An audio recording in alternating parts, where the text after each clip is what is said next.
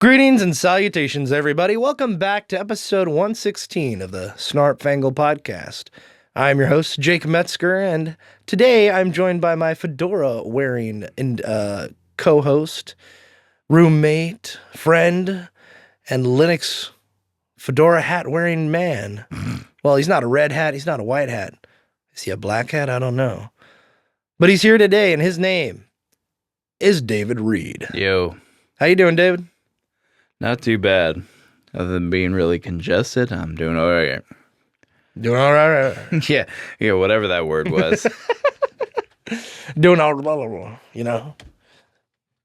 Makes me think of different dubs of different Jackie Chan films. I need to show you a Project A. I don't know if you've ever seen that one. It's has to do with pirates and I think the Chinese Navy or something like that. That does not sound familiar to me at all. Dude, the English dub is hilarious. It's so funny. And it's about how, like, there's a pirate, like pirates out there, right? But it's about Jackie Chan and his buddies in the Navy. And it's kind of funny because now that I'm talking about it, the Jackie Chan movies of that era in the 80s really do remind me of, like, the Charlie Chaplins and some of the more kind of even without the pirate aspect, the more swashbuckling kind of adventure films. And they're pretty cool, like Police Story and Project A, all that kind of stuff. Oh, and don't forget the classic, David, Wheels on Meals, which is just on a whole nother level. With one of the greatest fight scenes in, I would consider, cinematic history between, I think, Benny Ramirez, I think is the guy's name, and Jackie Chan. It's nuts. So... And I love it too, because in Project A, there's a part where they're beating up like gang members or something in this like hotel or whatever. And they put one of the effects they use to like sell the impact of hitting somebody is baby powder or some kind of powder of some kind. So they put that all over the person. Like if you're going to kick someone in the head, you put baby powder on the person, and then the shot, you film them. And when the foot hits their head, then their head goes back and boom, all the baby powder just goes everywhere to sell the effect for some reason. I don't know. It's just something that they use. It could have been chalk or something. But anyway, there's a shot like that in Project A, and it's hilarious. But dude, he like the foot makes contact and it looks painful. There's also a shot where that same character that gets kicked in the head gets thrown off a balcony onto like down probably like 20 feet down below him. And this dude just full sends it and dives down and like crashes into a table. And yeah, sure, they got like whatever padding they could underneath and all this other kind of thing that you don't see. But in the shot, you can see him land hard. And then everybody else surrounding him was supposed to be doing like different fights and everything, like look at him to see like, okay, like the shot should be over soon, but is he okay? It's crazy stuff. But we're not here to talk about Jackie Chan films today. Maybe on a Two Films podcast in the future.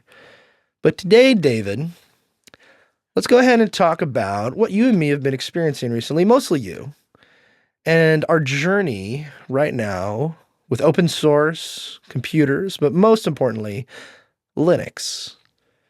So I kind of want to go over real quick the kind of mishaps that some of the modern computering companies have had us face as consumers, or have had us face, I should say.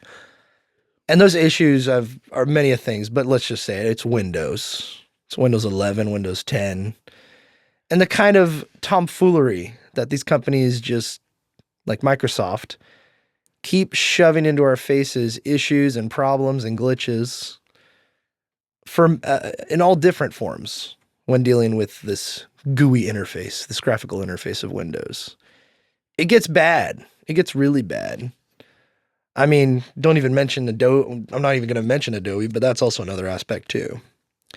And with the rise, well, now the complete rise of subscription models and paying for software through subscription and streaming services, it could get a man down, David. Indeed. And I think we talked about on a podcast before about the server I made and put together, and now we can stream a whole bunch of movies and shows. I even got some YouTube videos on there for a YouTube backup kind of a little bit. But we're only working with 8 terabytes. But it's awesome because it's in-home streaming. It's kind of cool. It's independent. It's really, really neat. And it's from stuff I own, like my Blu-rays I have and the Blu-rays you have. We got your Stop Talking Sense concert film on there. And we got a whole bunch of things. And it's awesome. But anyway, I was wondering, what issues have kind of taken the step towards the march towards Linux, David? What issues have you experienced on Windows, Google, Apple even? You are a Mac guy after all. And what are some of those things that have made you kind of take the march toward Linux? Yeah, I think my issues in computing haven't really been issues of like necessarily things that impact like the quality of my computing necessarily, but more of like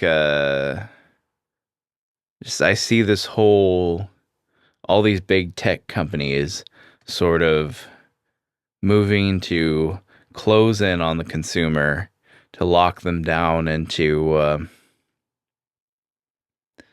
to lock them down into their ecosystems, make it impossible for them to truly have control over their own devices, truly have control over their own media.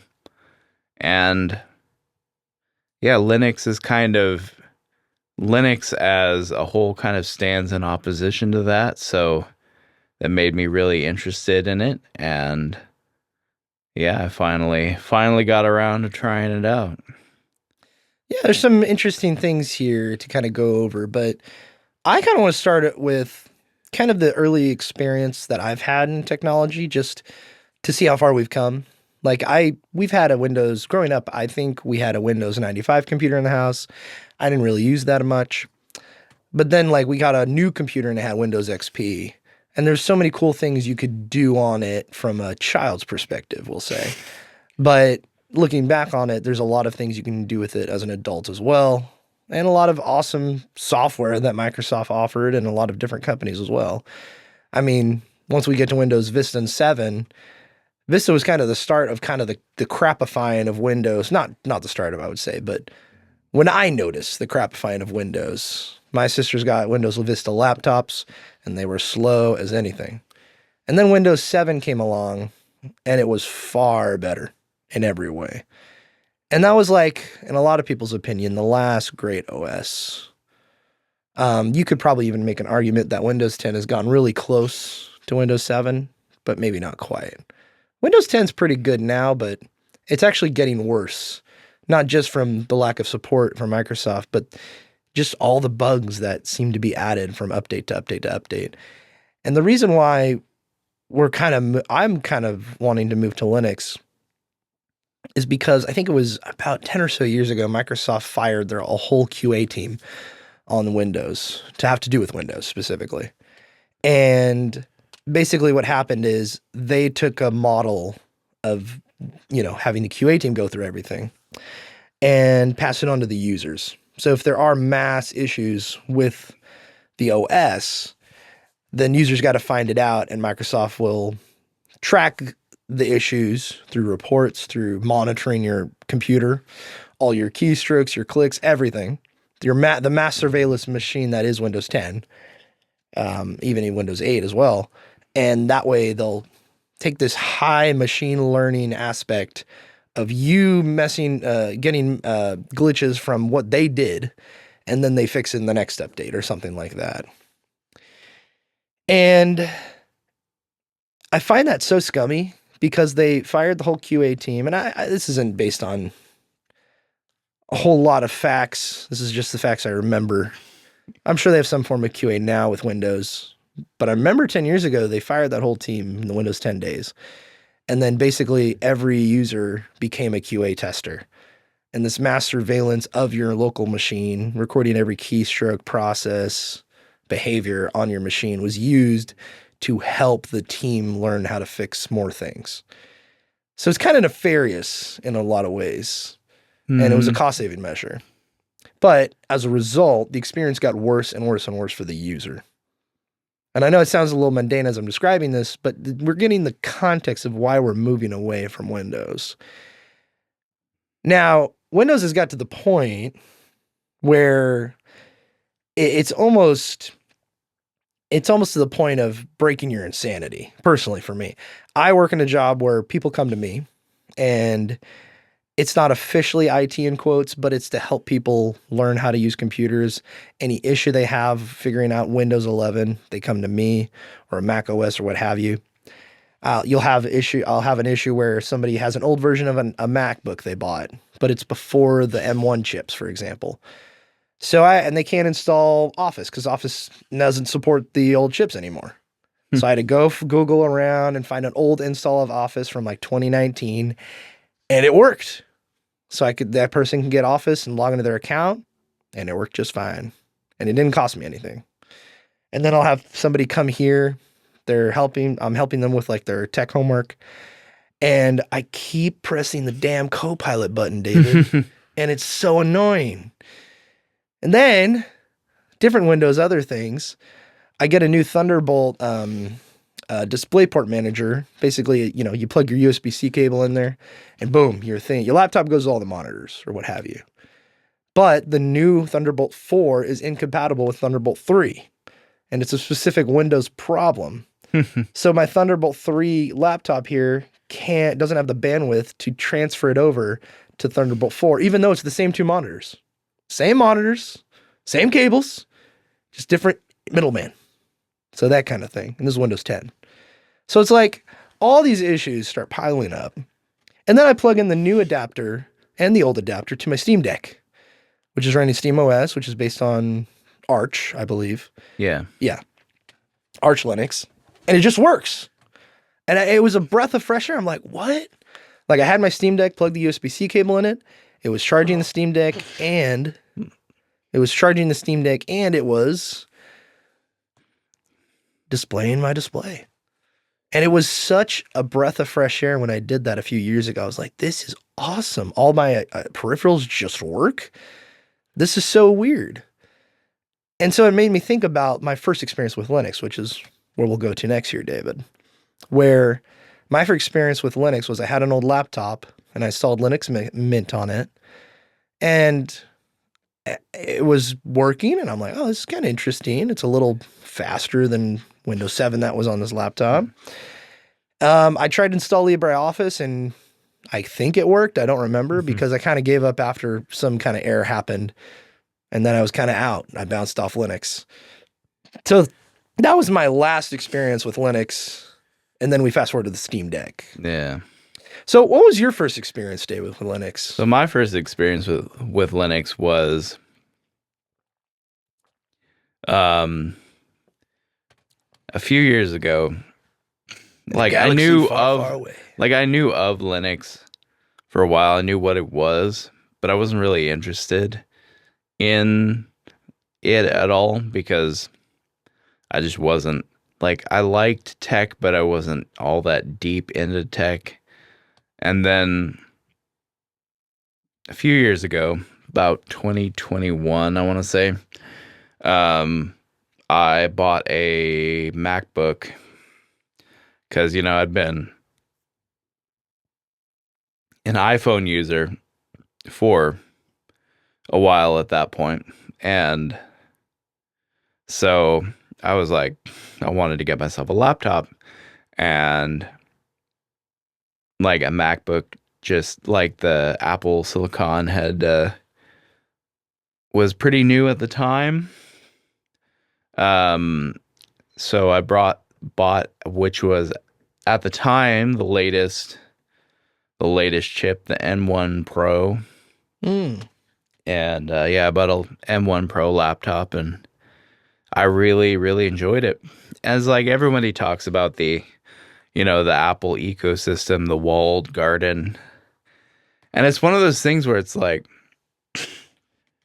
I enjoy how well Mac OS worked and how deeply integrated into like it was with other Apple products that I was already using, that I I was actually down to be trapped in the walled garden for life. Oh, Because, yeah, Windows, Windows is always like, even in the good old days, it was Windows is kind of little on the clunky side. mm. And Mac OS just always seemed to work, whether I was using it way back in the day at like, in elementary school or fast forwarding to using my MacBook now, it just worked. It was really great. And yeah, I was ready to stay in the walled garden for life, which is counter to my normally I, like I said, these companies closing in on us, trying to basically lock down and control and take away our freedom. Apple seemed to take a different tack with it. It was like, sure, they wanted to keep you trapped in that walled garden, but as long as you stayed in that walled garden, they were content to let you do your thing. Yeah. Which I liked. They're also a very privacy oriented company. Like, they do not have a backdoor to like the end-to-end encryption on their messaging or anything like that. And governments who try to pass laws that mandate that Apple put in a backdoor so that they can get access if somebody, posts something, some naughty words on social media or whatever. Apple's just like, yeah, no. Yeah, no. Instead, actually, we're just gonna like remove the ability for everyone in your country to even have end-to-end encryption. It's like, we either do it our way or you guys just don't get it. Yep. Like I think it was Britain. Yeah, Great Britain Britain's specifically has no end-to-end encryption on an iPhone, Yeah, but other countries do. so I was happy to be in the walled garden just because it was like, yeah, they weren't like the savior. They weren't like, saints or anything like that, but they seemed to have a basic respect for privacy and for just letting the user, giving the user machines that work and do what they're supposed to do. But I had one problem. One problem. And what was that? That was David? gaming. Oh, okay. Being a gamer, I couldn't stay locked in the walled garden just because part of being locked in the walled garden is it's comfy. Is if Apple doesn't want it, if Apple isn't interested in building a certain capability into their products, that capability does not exist in their products. And there's a lot of other factors at play, The dominance of Windows in the gaming space has been just a given for a long time. But part of that is due to Apple just not being really all that into gaming. They had a few hits here and there, like Bungie got their start developing the shooter Marathon for macOS, which was, I believe, the first shooter to have a full mouse look, if I remember correctly. Oh, really? Interesting. So yeah, but other than that, yeah, Apple's never really been interested in partnering with developers and making it easy to develop for their machines, or making sure that games can continue to work on their machine when they update something or change macOS in some way. They're just not interested in doing that, though, in the way that Windows is. And so that was the price to pay to stay in the walled garden and just be a good little Apple user for life. And, growing up playing video games, it was a price I could not pay. So I was like, what am I gonna do now? Am I gonna like buy a Windows machine for gaming and a MacBook for everything else? That seems really weird. But then I came across a really a group of developers who had reverse engineered Apple's M series chips in an effort to install Linux on those machines. So you could already install Linux on the old Intel MacBooks and the old Intel Mac Pros, the toasters and whatnot.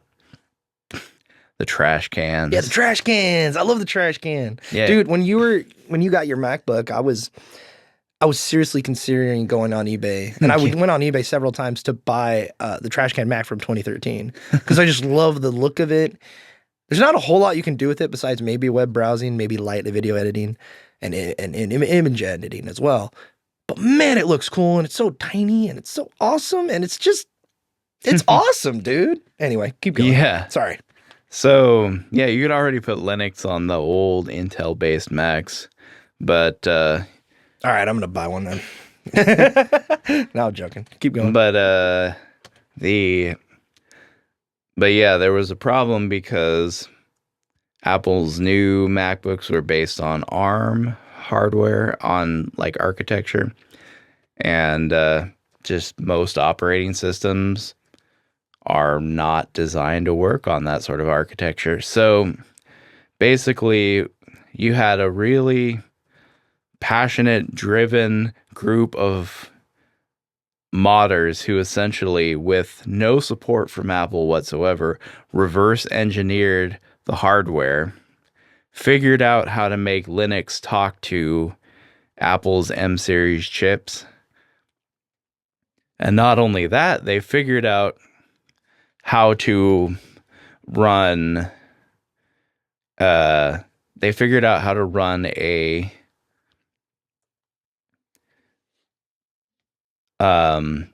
they figured out how to run overcome certain technical barriers between Linux and M series hardware that specifically relate to gaming.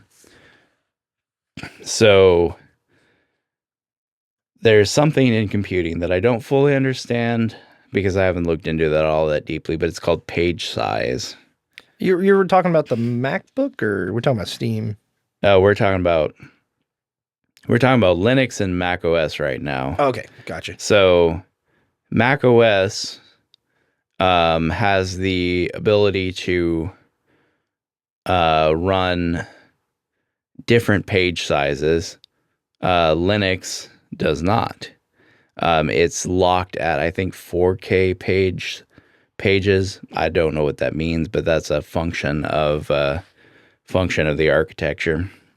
And so that was one thing that kind of stopped Linux on M series and its tracks, especially gaming, is that the translation layer that translated x86 commands to ARM commands just could not overcome that fundamental barrier. So this talented group of modders comes up with basically a micro-sized virtual machine that runs in the background and only emulates the page sizes and nothing else, so as to have the smallest possible performance footprint.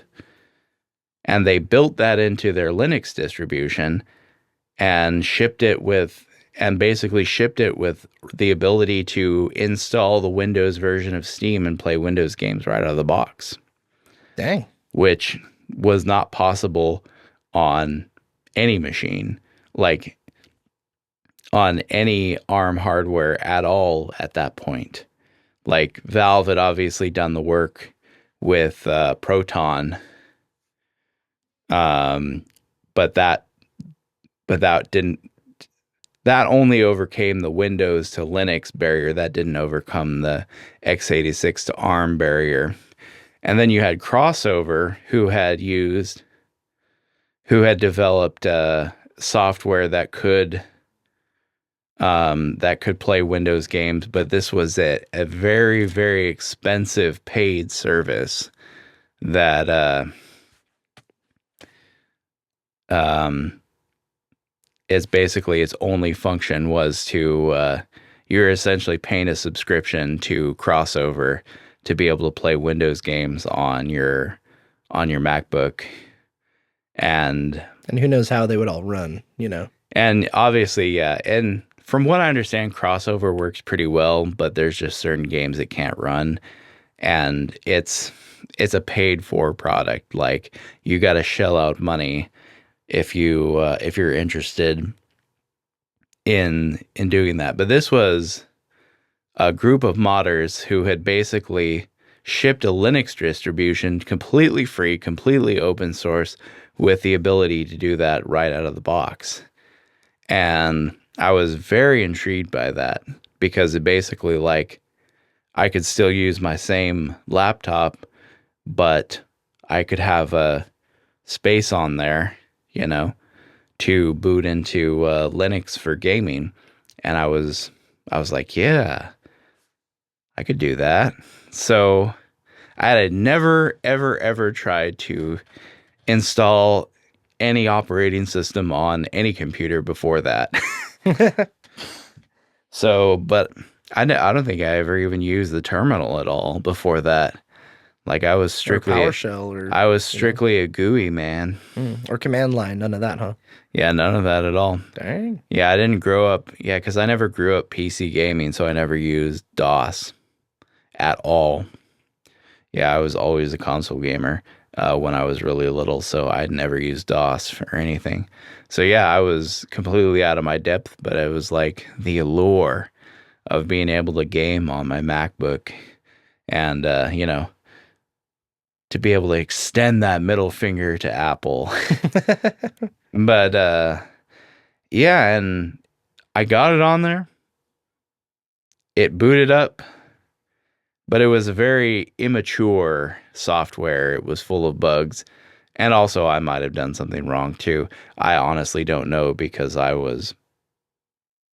just didn't know what I was doing. So it could have been the software, it could have been me, could have been both. But either way, I got it on there, I booted into it, and then when I tried to upgrade the system, it broke. Oh no. Black screen? Yep, and it didn't matter how many times I turned off my laptop and rebooted it. Anytime I selected Linux in the boot menu, it just booted straight into a black screen. Whoa, no dice. So yeah, I was like, I guess I'm done with Linux for now, because And it was stayed on your computer for a while too. yeah, it stayed on there just because I was too afraid to remove it.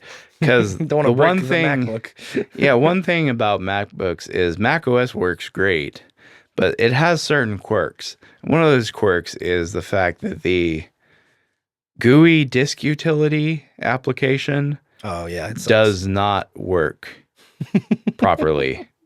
So the only way to remove that failed broken Linux installation was to use the terminal-based disk utility, and that's a scary program. Yeah. So I put it off for a while, but yeah, but other than just leaving the installation on there for, I think, It was like a 6 year, months 6 months to a year, Yeah. somewhere in there. Other than doing that, I had never bothered with Linux again. I was thinking, maybe I'll go back to it when that distribution becomes more mature or whatever. And I've kept on it from time to time, and it's promising, but I don't think it's quite there yet. But then what ended up happening is, started hearing about, times started changing.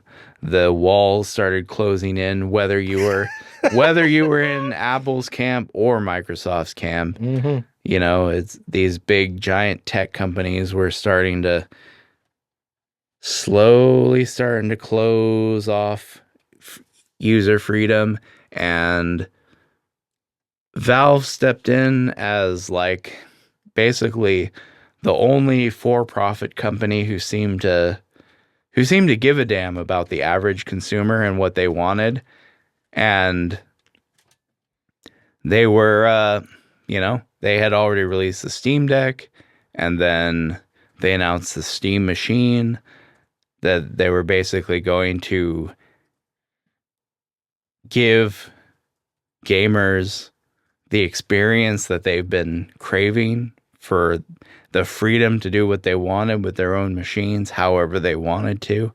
And it got me really, really interested in Linux again. And, well, unfortunately, the Steam Machine fell victim to basic economics, and is like, nah, not worth it. But myself and also you, Jake, we both were inspired by the Steam Machine. It's like, hey, we could just build our own. Yeah. And in preparation for building our own, I was like, okay, I'm gonna fire up one of these spare computers out here that Jake's not doing anything with, and I'm gonna install Linux on it. Yeah, so for context, I have built a lot of, it's my hobby. I build different computers, and I take my old e-waste and I try to reuse it as much as I can.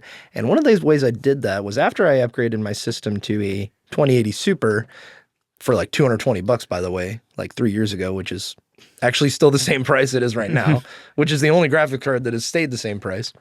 But anyway, after I did that, I had my old, like, I think it was an RX 570, or no, yeah, 570. And I'm like, well, let me put it in a different system and make a Microsoft account and make a funny name with it, like I did in my old 360s. Because I tried to make a garbage 360 LAN party, and I did that once or twice, and it was successful. And I was like, yeah, but it was 360. There's nothing more you can do with it without the discs and the system. And Red Ring of Death, it's a prone. So then I kind of took that idea of making garbage LAN parties out of Xbox 360s and turned to computers, which is what I'm used to. So I just started buying stuff off eBay, got old Office PCs, old GPUs, old RAM, and just started putting it together. Got marketplace deals around my local area. And I think they're all kind of spread out now. Like some are at my mom's. I think Wesley has one. You're using one for Linux. One's in my room for a pseudo Steam machine. But I think we have a total of like 15 total. And each account has, I think, 20-something games on them that I've all purchased. And each account has individual games to play together. So we basically can do a bunch of cool LAN parties. And I've used Windows 10 throughout all of them. But now Windows 10 is like, it's going the way of the dinosaur. At least Microsoft is trying to. And make it that way. And now we're kind of in a spot where, well, the walls, like you said, David, are closing in. Were you going to say anything after that? Because I was going to bring up some about that specific wall closing in with Microsoft.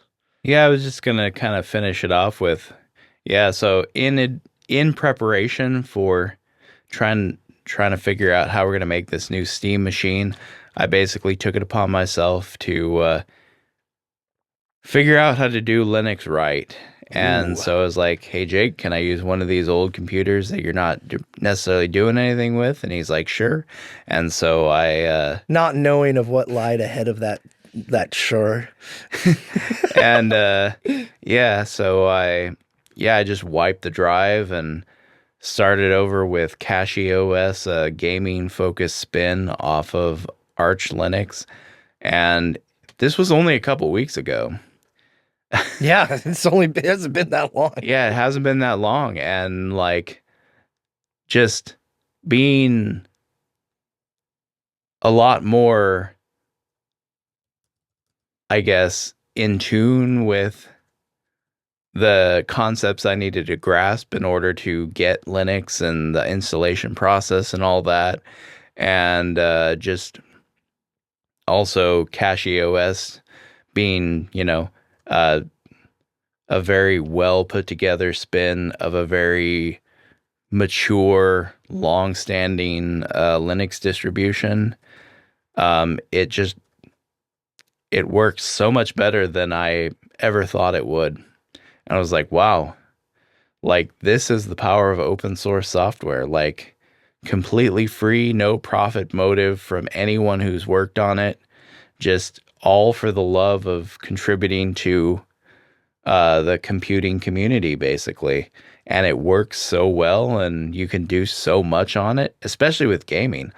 Like, a lot of games just run straight out of the box with Proton. which is crazy. Like, there's you still got to do some fiddling, but like it's crazy how many games just work. Yeah. And so yeah, like having that initial taste of like, wow, I can do anything with this. It just made me really excited to dive into to build our pseudo Steam machine and dive more into the world of open source software. Yeah, and I think one of the most recent things that happened with those wall gardens closing in, and like the reason why I want to kind of, so two things out of what you were saying there. Steam Machine. I've kind of gotten to the point where I do not want to sit at my desk when I get home from work and working in the hot sun, delivering stuff and all that kind of whatever I'm doing out there. And I'm drained from the day, and after a 10-hour shift or what have you, sometimes 12, and I'm sitting at my desk. I don't want to sit at my desk.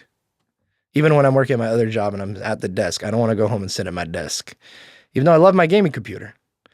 So I want something I could sit on the couch and play with a controller and just chill out.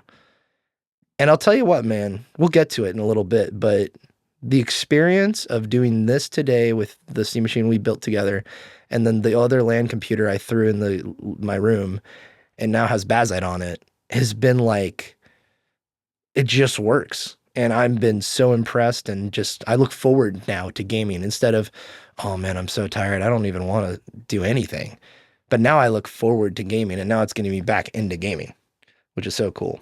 But the second thing is the walled garden and the move to this Linux, the open source, the community, David. Dolomite. No, I'm joking.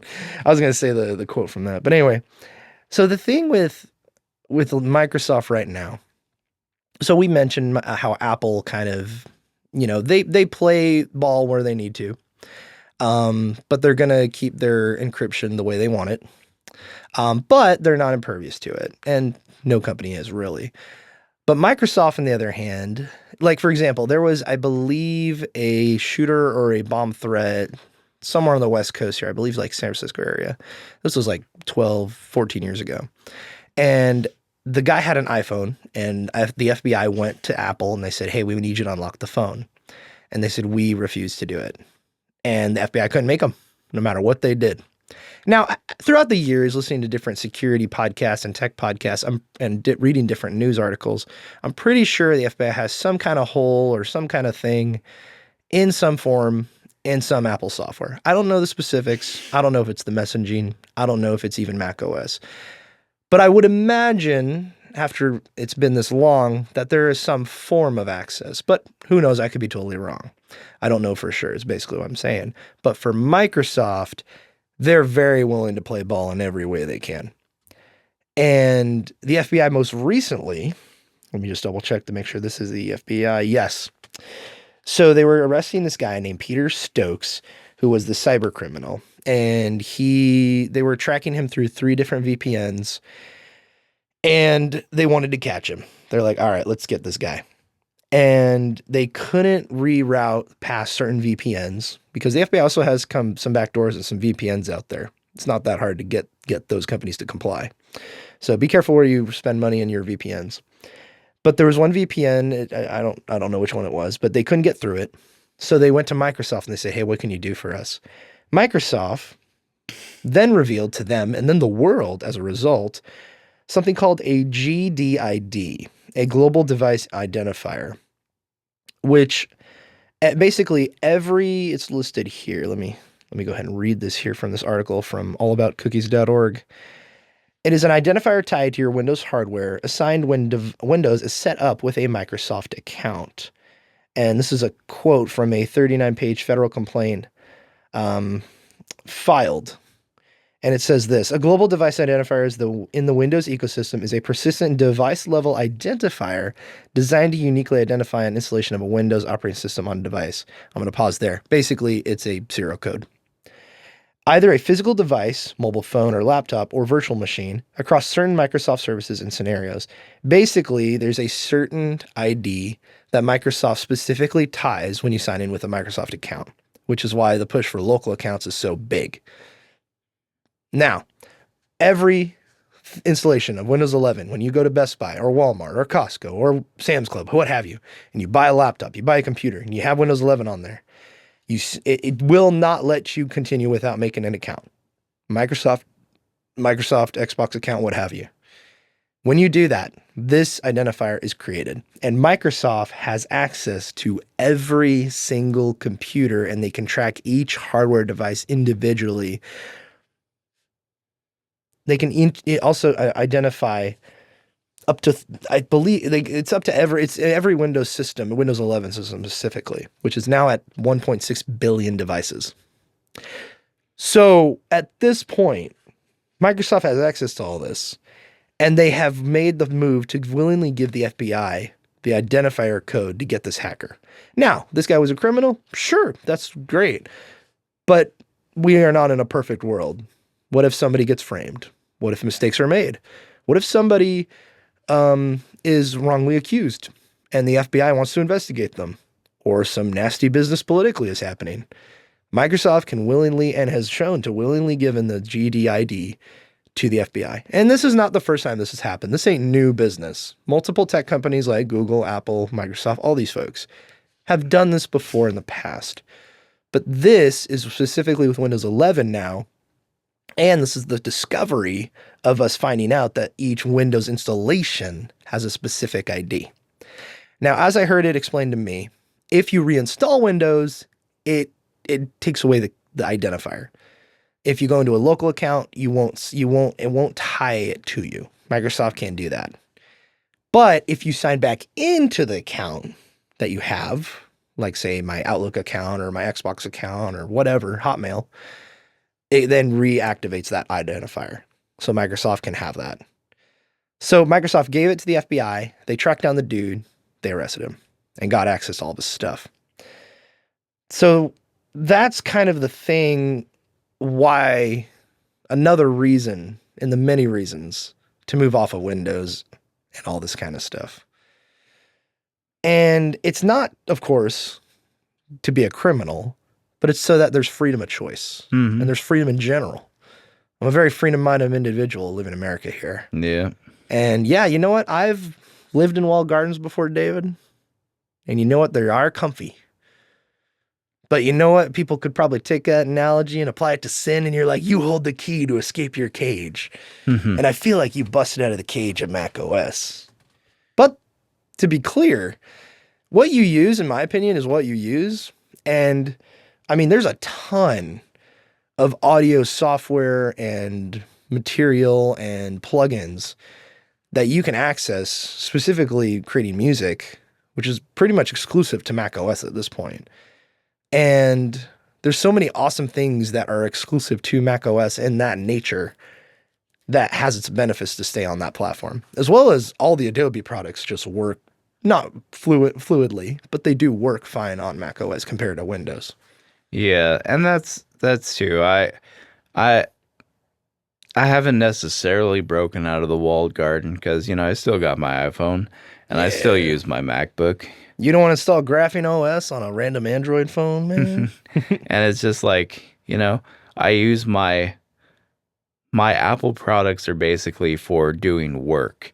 Even if it's not for a job, it's kind of doing work because, like, I mix the audio for the podcast on my MacBook. Yeah. When I do for ministry stuff that I do at the church, my phone is very, very important for keeping track of things like set lists and dates and chord sheets and all sorts of things that would be difficult to do on an Android phone. That I'm just very used to having access to those things on a phone. So, and, it's like, certain other things that I do that aren't necessarily for a job, but they're like things that I have, like if I agree to do they're things I agreed to do for somebody else and I have to get them done by a certain time. And I don't want to be screwing around with Microsoft for doing those things. Like last year's for youth group, I edited our taco feed commercial, and it was like, as far as video editing goes, I'm already used to the Apple workflow, and it's like I just want to get this done. So I did it. So I did it on my MacBook. Yeah, it's what you're used to and all that. Yeah, so it's like whether I'm doing whether I'm getting paid for it or not, like my MacBook is basically for being productive because that's what they're good at. Like Apple devices are very good for productivity. And despite Apple being kind of a stinker in terms of like really being limiting in how they let people make use of the hardware, like as a whole, the devices are still really geared towards productivity. So I don't see myself ditching Apple completely, but I am very interested now in supplementing my the Apple products that I know and love and rely on with new and exciting open source software. Yeah. Yeah, it's been, and just to be clear, I don't think, and both of us aren't giving up like our platforms or anything. Like there's a lot of use I still get out of my Windows system, and I think there's plenty of stuff that's mandatory on there, just like you in case of Mac OS. And I think overall, that's the world we live in. That's the reality of the situation. Linux isn't going to replace everything, but it sure looks like it will be doing it at some point soon. Like I would venture 5 years, we're going to be in a very different place. And I think as stuff gets more mainstream, I think Linux is going to be more accepted, especially with companies like Valve, as they keep pioneering it, and also other companies as well who are with one of the most profitable, who kind of cater, I should say, to one of the most profitable gaming companies in existence, which is Valve and Steam. And I think it's just cool because we can kind of dive into that at this point, because Valve has really been pioneering this. They back, I think it was Windows 8 was the thing that broke the camel's back, or excuse me, the thing that broke Gaben's back, because Gabe Newell, the guy who made Valve along with a bunch of other folks, but he's the CEO, and he said, "Hey, Windows 8, this is horrible. This is awful. This is like a mobile experience. I don't want any part of this. Let's figure out what it takes and how much money we need to do it. And I don't care how much money it takes, but we need to get off Windows." Because Windows is where you go. If you want to play games, you just go to Windows. That's just what you do. And it's, that's where it is. You have some games on Mac, but now you have games on Linux. And the reason for that is because this kind of push from Valve to say, hey, like Linux can be a viable platform. Now, when they first tried to do it, I believe in 2013, David, or 2014, around that era, it was the new consoles came out. To build a PC to get the same price of performance was just barely getting to the same point of the console's price itself, like $400 or whatever, to make a competing computer with similar performance. But Valve was like, hey, let's release these computers from different OEMs like Alienware and HP and Dell or whoever. And let's go ahead and make Steam machines. You have Linux on these machines. It's Steam OS. It's our own version of Linux, and you can play video games on it. They released systems with an i3 and 4 gigs of RAM, and it barely played stuff, but it was a start. And Linux it could only play stuff that was officially on Linux. So it had a very tiny library in 2014 when these came out, I believe. Yeah, back then Linux gaming was in an even worse state than Mac gaming was. It was bad. And it's funny because Windows is still the dominant platform, and I think Linux is just starting to get past the Mac OS thing. I don't know the official numbers. I can look those up here, but it's getting bigger and bigger. Yeah, well, at this point, yeah, I would say Let me look those up actually. Steam charts. for hardcore gaming, Linux has definitely surpassed Mac OS because Mac OS has regressed in hardcore gaming because they were actually better off back in the Intel Mac days for gaming because developers didn't have to develop games for Apple hardware specifically. They just had to overcome the translation from Windows to Mac OS. So there was plenty of AAA games released on Mac OS back in the day that no longer run on current Mac computers because of the architecture differences. So it's really funny, but so Apple is always talks about gaming, but when they talk about gaming, they're talking about like mobile gaming and old people playing like little farm simulator games and whatnot on their tablets and on their laptops in between, when they're not using them for work or whatever. So I don't know if Valve has managed to crack the market, to crack into that section of the market. But as far as the AAA hardcore gaming market, yeah, Valve definitely made a lot more waves in that area than with the Steam Deck than Mac OS did with their M series Macs. All right, so I'm looking at the June 2026 stats for Steam. And from what I'm looking at here, I just want to make sure I'm getting the right info here. Hardware, VR sets, DX 1112 processor, OS. Here we go. So Windows is at a total of 94% right now as of June 2026. 70% roughly on Windows 11 and 23% roughly of this whole number, this percentage. So basically it's the 70 and the 23%, 70% on Windows 11, 23% on Windows 10. Mac OS, totaling all the Mac OSs that are registered on Steam from the hardware survey, is 2.21%, so 2%. And basically that 2.2% is all people just playing on their old Intel Macs. Yeah, it has the different breakdowns of the OSs. Like the highest is 26.51 and the lowest is like 15.74. Because the only 6.1, 15.6.1. Yeah, because the people who are currently gaming on Apple's hardware right now are not doing so through Steam. They're not those types of gamers. Let's see. Yeah, they're playing on Mac OS Sequoia. And then 26 is, let me double check. Mac OS 26. Well, that would be the current one, right? Yeah, that's the current one. Tahoe. Yeah. Yeah, 2025. Okay. As of right now, the current Mac OS will run on Intel Macs, but oh, really? When the next one comes out, it's not going to. You want to know what Linux is at, David? Probably like 3-4%. Yeah, 3.69%.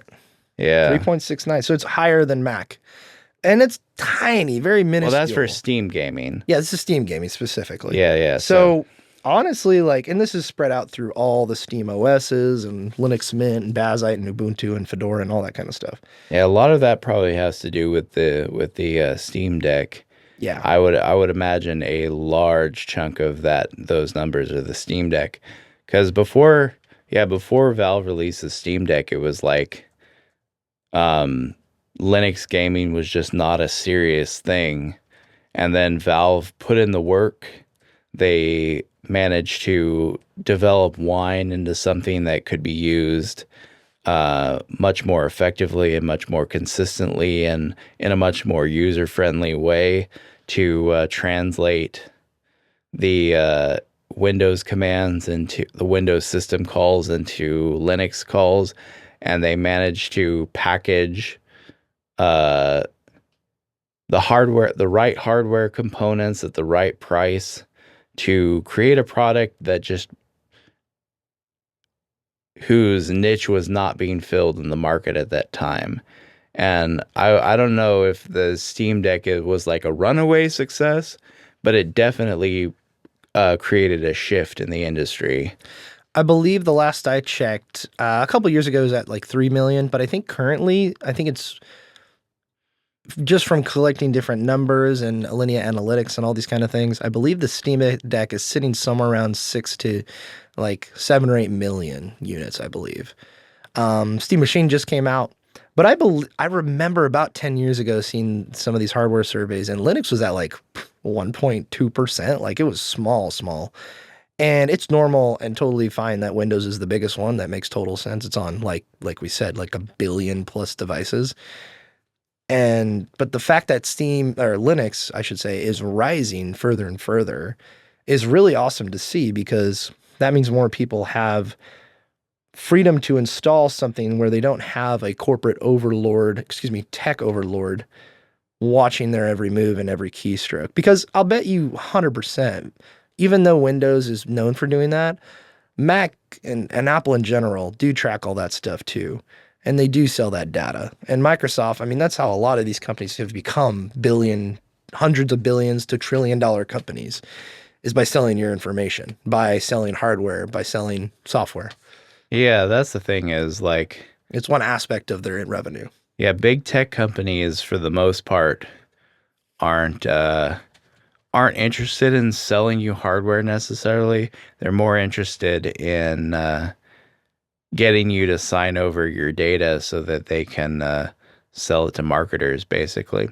And Apple's kind of the exception to that, because they're really into selling hardware, but like they make a lot of money off of it. like to the point where they a lot of people complain sometimes about that Apple's software exists only to hook people into buying their hardware. But even with their focus on hardware sales, yeah, they're definitely playing the same games as any other tech companies. Yeah. I mean, Google's I think, number one perpetrator of that. Yeah, Google's like the absolute king of selling your information. Like that's literally all they have. Yep. It's ridiculous. I'm wearing a shirt right now from an old tech YouTuber that says Google does not care about you. Well, I would argue in contrast of that, I think, David, they care about you very, very much. They care about where you drive, where you visit, where you buy things, where you go on the internet, where your bathroom's located in your house, what you buy, when you're on your period, what have you. Like, they are so interested in every aspect of your life. Every aspect. And they're going to sell that and use that to their advantage to sell you products through Google Ads, through giving you an ad through Amazon or some kind of random. You're going to go on Instagram and see ads for like all this stuff you were talking about just moments ago with your buddy. You were talking to your parents about something, and just turns out there's a muffler ad from Facebook Marketplace in my Facebook feed for some reason. And I was just talking about getting a new muffler. What are the odds? Mm-hmm. What are the odds? You and me were just talking about Doom the Dark Ages, and then we just had an ad for the DLC on a website, like it's all through your phone. That's just what it is. And that's the reality we live in.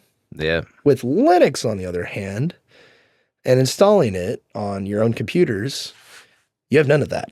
It's not tracked through anything. There is one distro that is kind of getting into that right now, which is Ubuntu, right? Yeah. But we can get into that later. But other than that, it's free and open, man. And it's stuff surprisingly works a lot better than you think it would nowadays, I would say. Yeah. And two, it's like in certain cases, the Linux kernel isn't even capable of supporting the kinds of spyware that that Windows platforms, it's just par for the course. Like in gaming, kernel level anti-cheat. Oh, dude. All the biggest multiplayer games use it, Fortnite, Battlefield, all of them. And it's basically spyware. Yeah, they spyware. install spyware on Straight your up. computer, and people just can't contain themselves. They have to play the newest Battlefield. They have to play Fortnite. And so they're willing to put up with these companies putting spyware on their computer in order to do it. And the Linux kernel just doesn't even have the capability to it's built in such a way that doesn't even have the capability to have that on there, even if it's not even a question of whether Linux gamers would even want that or not. They just can't have that, which is very, very, very different than the rest of the tech world. Yeah, it's also interesting because I think when you look at it, I could imagine some people saying, well, that's on computer, that's on PC. I'm not on PC, I'm on console, man. I'm on the PlayStation 5 or the Series X or what have you, or the Series S. I'm fine. Well, you do understand, though, that the level of access that those companies that made that level of hardware have access to the actual metal of the hardware. So when you go ahead and you have your gaming habits and your watching habits, these companies track that to a T as well. Like Xbox, specifically with Microsoft, as well as Sony, know everything you do on your console. Everything. So if you're worried on PC, if you think you're safe on a console in your own little walled garden, you're not. The only question I do have is if Nintendo sells that information. I don't really think so. But the point of this is these companies use this information to really kind of market their product, to kind of change behavior when they can. Sony knows exactly how many times people have used discs specifically. And we most recently heard that they are making the big shift to go away from discs come next generation, in the next few years here, because they want more control and also more money from you buying it digitally, where they get 100% of the profit, or in some cases, or 70% of the profit, versus where you buy it at a store where they only get like 30% of the profit or 25% of the profit, because it has to be split out all different ways. So that's more of a money-making move, but they know so much about the behaviors of users and gamers, where that's how their whole business is, how they can sell you their services better. Yeah, consoles are not immune to this. It's like consoles are not like, sometimes we like to think of consoles as just, oh, they're just PCs in weird shaped boxes. But with proprietary software. Yeah, I mean, and now it's kind of getting to that point, but for most of the gaming, consoles were built very, very differently than desktop PCs or laptops. They were purpose built in very specific ways, and so it's like, yeah, the normal kind of security measures and protections that a desktop PC might have to give you some measure of privacy, it's out the window. Yeah, console makers never cared about that. In fact, when Xbox Live came along, they're like, holy crap, we can actually see what people are playing, because they always have an internet connection. They are constantly connected. So, and same thing with cell phones. Like, we know what people are doing. So how do we settle them better? It's just part of the game. It's the world we live in. And now it's even more to that level. So, David, what has been our journey most recently? So you said you installed Linux on one of the computers out there. I believe it had like a 2nd-gen Ryzen CPU, and it had a GTX 1080. That was one of the more powerful systems we have out there. Because again, it's mostly e-waste is what I'm dealing with. I'm working with some shoddy stuff over here, man. I mean, we had Frankie on here one time, and I was talking about making one of the LAN computers, like just from literal junk.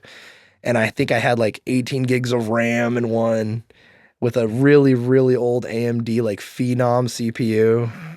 Well, maybe not that old, but A8, whatever, AMD CPU. And then I had a power supply in there. that like I had to a screw into it to make it stay secure in the case. And the case was bare bones. It had no siding or anything. So everything was exposed. It looked like a skeleton. And for those unaware, when you inside a power supply, it's encased in metal for a reason.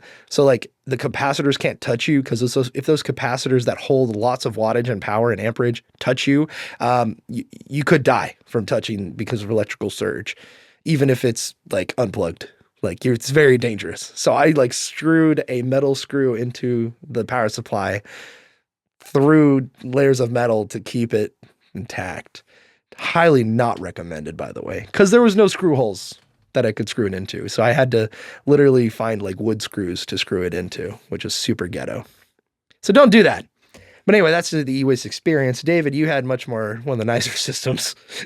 And you installed, what did you install actually? Yeah, I installed CachyOS, which is a gaming-focused spin of Arch Linux. Arch Linux has been around for a long, long time at this point. It's one of the big three, Ubuntu, Debian, and then Arch are basically kind of like the big three of, or sorry, Yeah, Debian, Fedora, and Arch. Yeah. Are basically kind of like the big three of Linux at this point. They've been around the longest. And so Arch is one of those things that gives you a lot of control over your system, and it gives you access to very, very up-to-date software. They don't update the OS, like they don't have Arch version 1 and then Arch 2 and then Arch 3 and Arch 4. Just as a particular software package has an update available for it, it gets an update. And then what do you have to do to update that? And so to update it, nowadays you can update it through GUI. But how dare you? But for the most part, for most of computing history, the only way you could update your system was through using the terminal. You had to use the command line interface, and you had to learn to love it and learn to make full use of it. And so I've actually really, really started to dig the command line, because it's such a undistracting workflow, you know?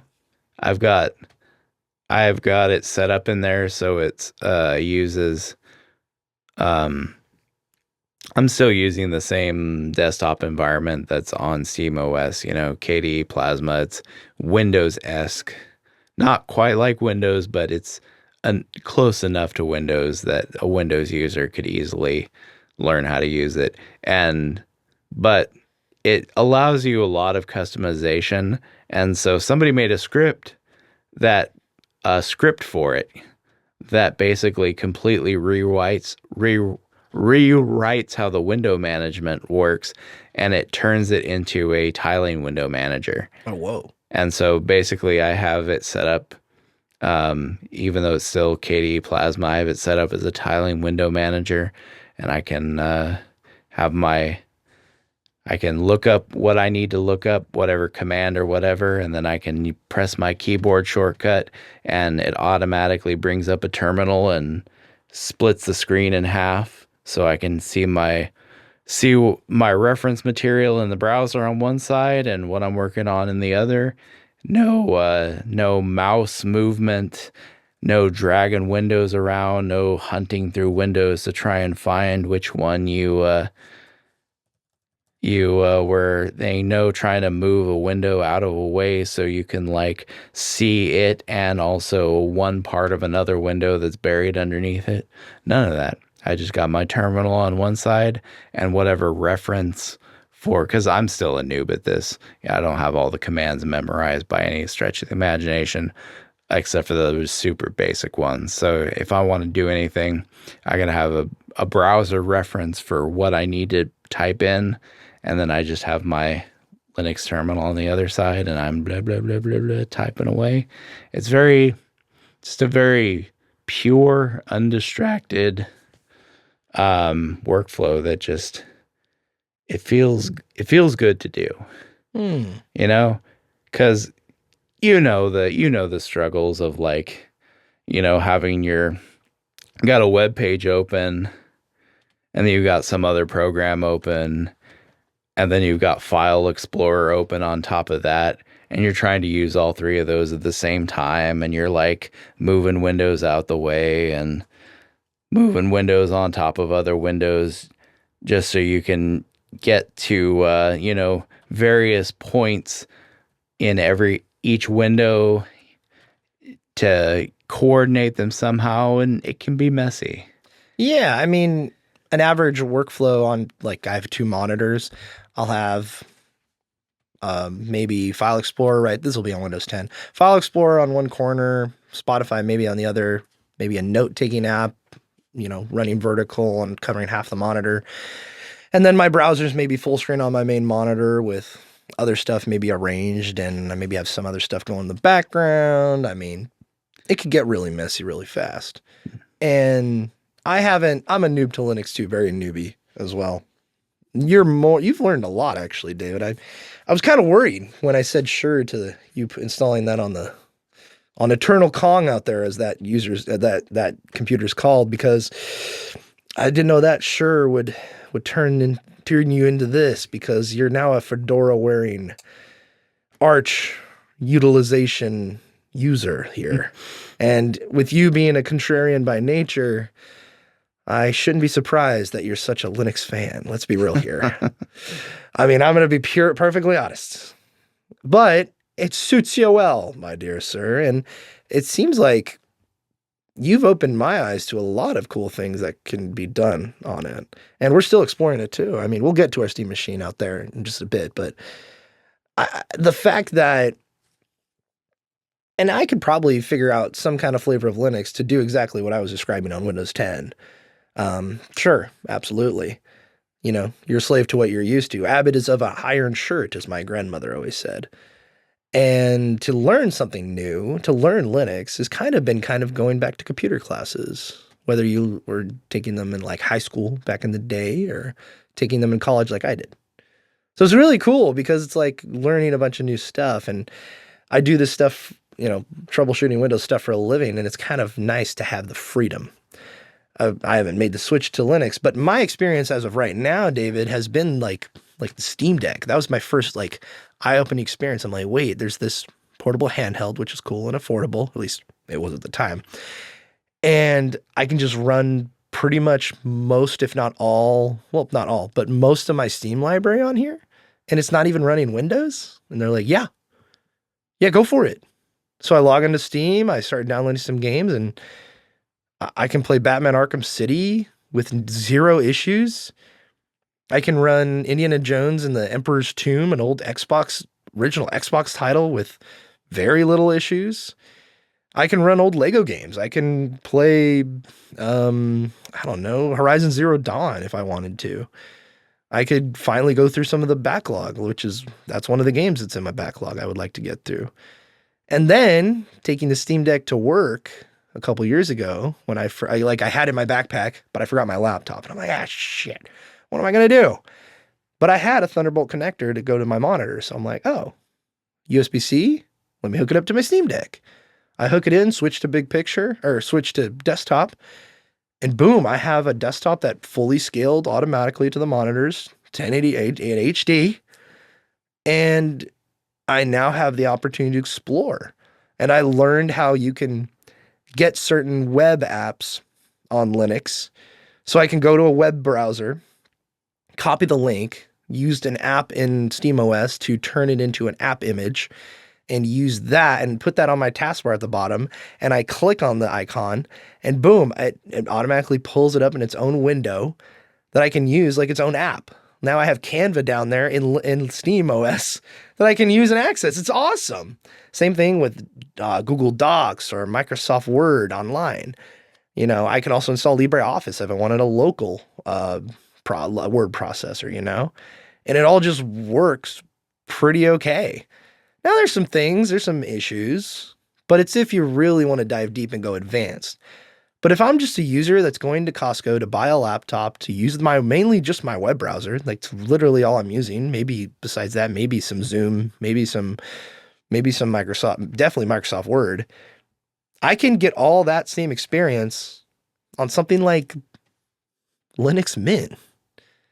Like it's so crazy that something as simple as that is free as well. You don't have to pay a Microsoft OS license for Windows.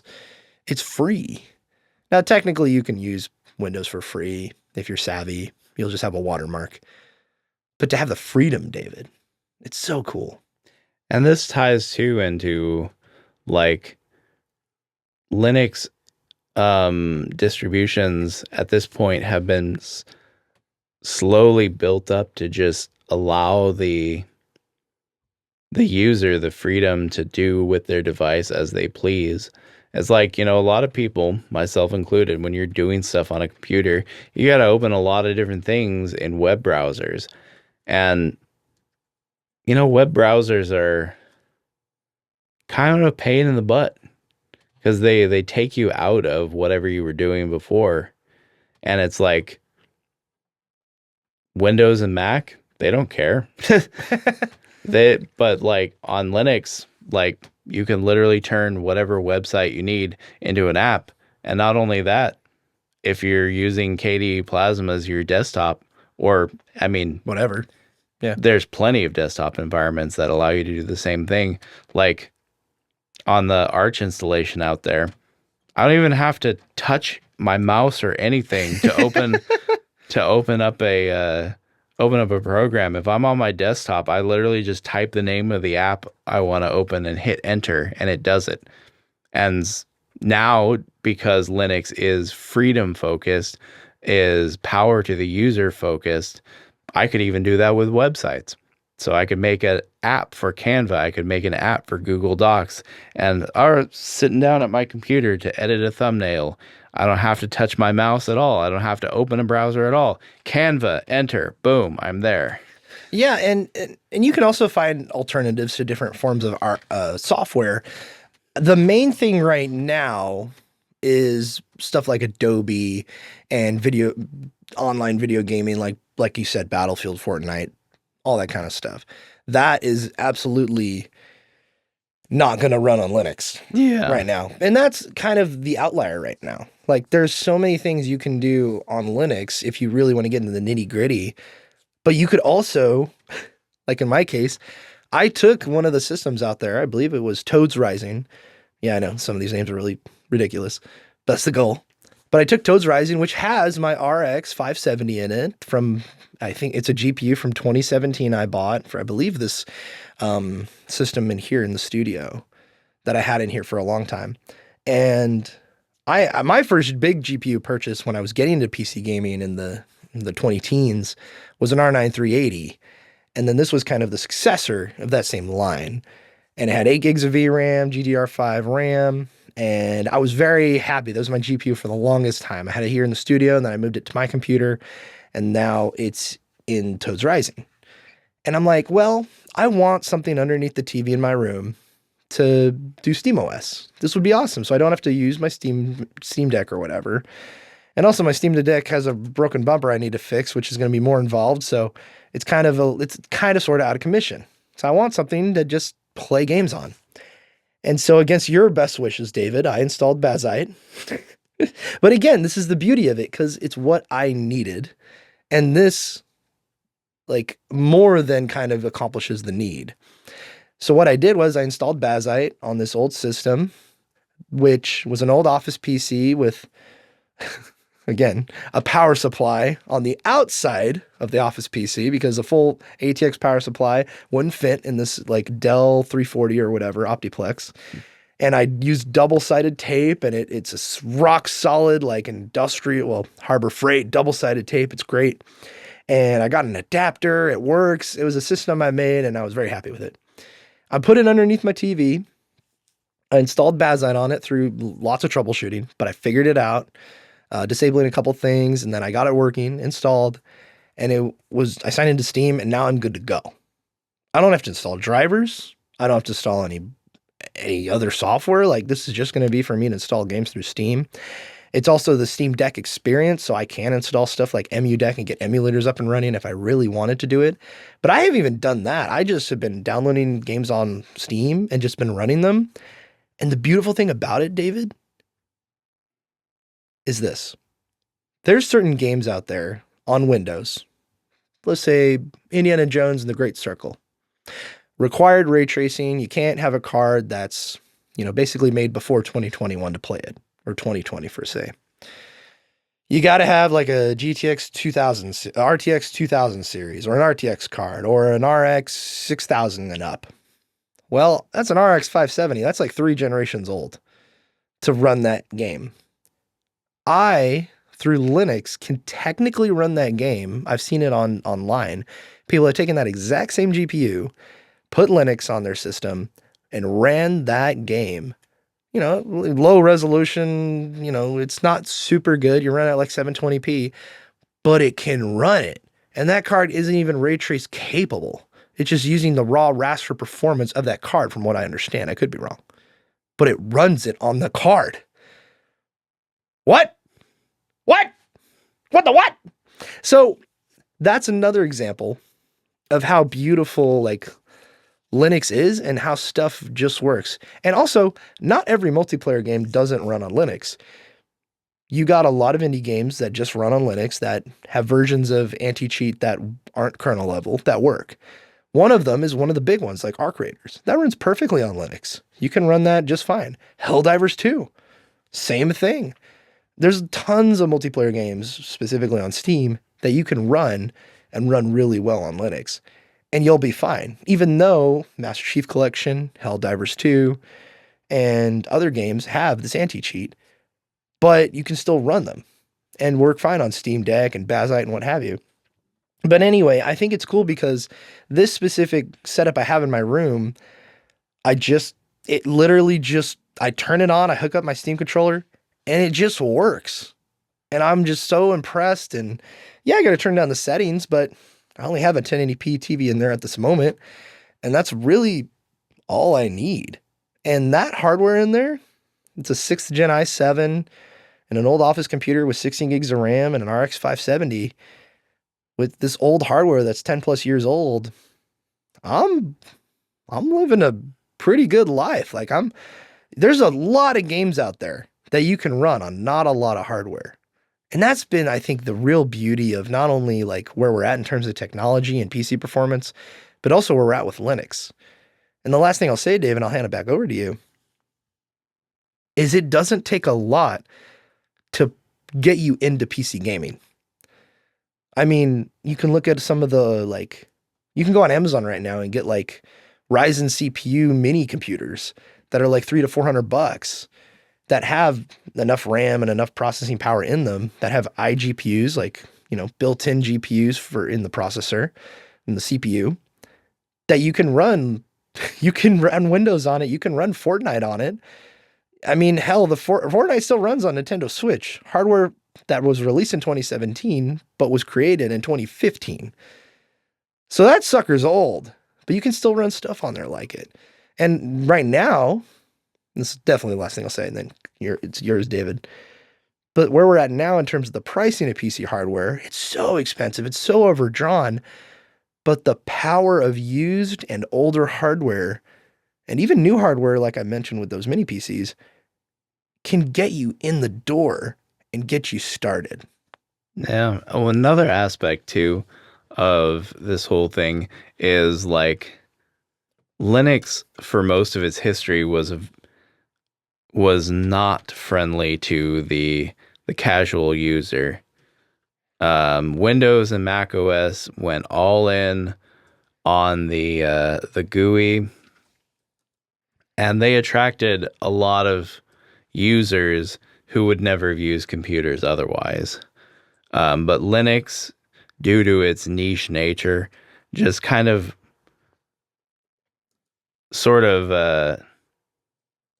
just wasn't very graphically focused. Despite the fact that it was a graphical operating system, it still required you to use the command line for a lot of different tasks. And that kept a lot of people out of it because, most of the people who use computers nowadays are not all that tech savvy. And the only reason they ever got into computers in the first place is because Windows and Mac made it easy for people to get into computers. But in recent years, because of the nature of open source software, that it exists to empower the users of said software to do what they want to do with their own computers. There's been a lot of advances in people making GUI like front ends and wrappers for the various terminal functions in Linux, like CachyOS, for example, comes bundled with a program called Shelly, which is a graphical wrapper for Pacman, which is the package manager for Arch. So you can like update stuff. That's what that is. Yeah, so a package manager is basically something that's kind of a foreign concept to a Windows or a Mac user, because Windows and Mac are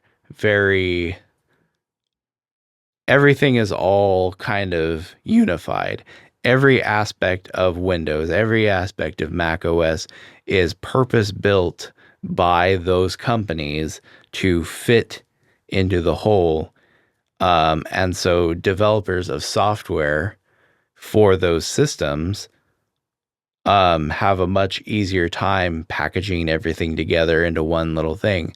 So you have apps for Mac and you have executables or EXEs for Windows, and you just download those and they either run by themselves or they run an installer, which installs them to your system. And either way, it's all a very self-contained process. And the user doesn't really have to think about it.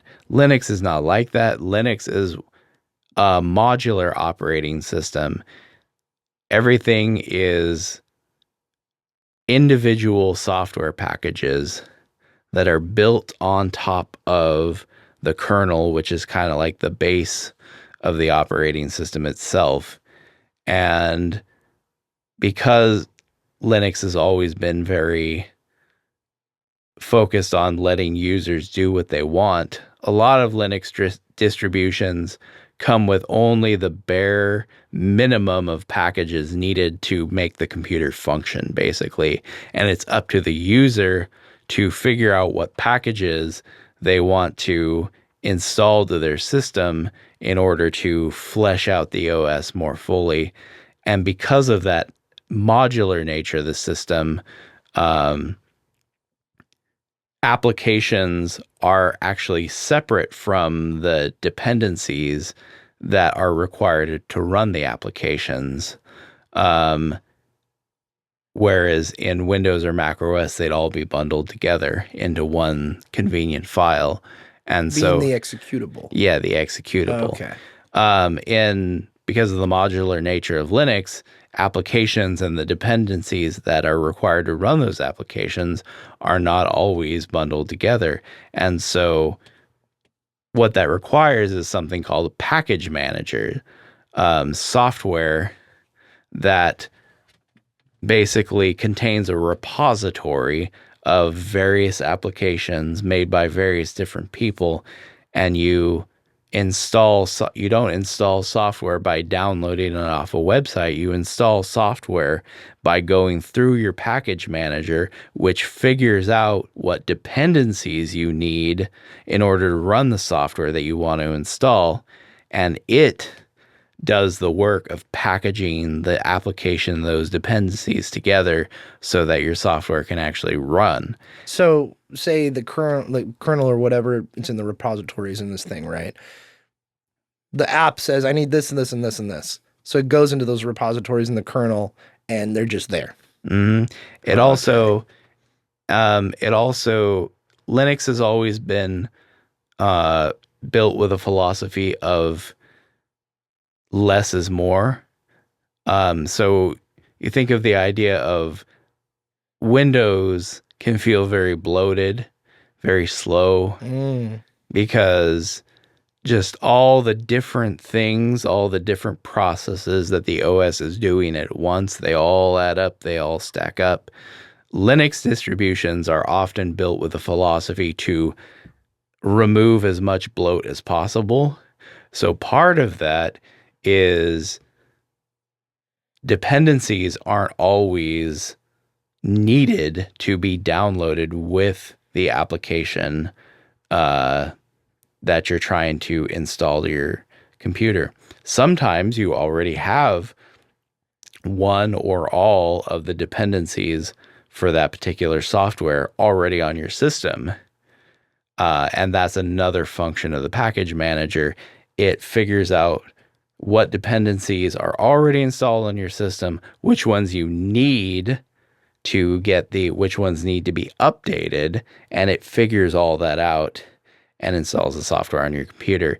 And because Linux has always been terminal focused, package managers are used by typing commands into the terminal. So it's a very foreign thing. You don't just go to Microsoft's website and click on the I want to install Microsoft Office. You type in the command for your package manager for whatever Office software you want to install on your computer, and then your package manager uses those terminal commands to basically go get it from online. Yeah, basically get the software, build it with whatever dependencies are required that might not be on your system already, and install it in such a way that it's integrated into your system in a clean and sensible way that doesn't cause bloat. And so, but that way of doing things is very scary to new users. But now, because Linux has always been about empowering the user, people in the open source community have figured out workarounds around this. So now CachyOS, based on Arch, which is normally thought of as the most intimidating of all Linux distributions, it comes packaged with a program called Shelly, which basically it looks like a file explorer, but instead of being a file explorer, it helps you manage the software on your computer so that you don't have to go into the dreaded terminal and type sudo pacman whenever you want to upgrade your software or install new software. Interesting. That's another aspect that's, to be fair, let me get this out of the way, David, before the comments get you. Installing stuff from the terminal or the command line has been on Windows for a very, very long time. It's just users don't normally install software that way in general. Yeah. They've been coaxed to not do that. If you're like a techie or a person who does tech support, that can be a lot of that can be a certain way of you installing things. I've done that personally on some things. In fact, there's some apps I've encountered on Windows throughout the years and decades, you might have as well, where the installer just does not work. And so you have to go find out what the command is to install that specific piece of software in a specific folder, in a specific place, in a specific this. There's so much stuff that they build onto the command line and PowerShell as well in Windows. Like you have to type in install and then do the dreaded path of where to install it. You got to find out the website. You got to do all this. When in Linux, it's actually got to the point where it's been abbreviated so much where you can just do sudo pacman, this, and this. And it's like, instead of 18 things in your command line you have to type out, and if you accidentally press up or down the keyboard, they go away so you can't get it back. In Linux, instead of typing 18 things, you can type in like 6 things, like a third of those.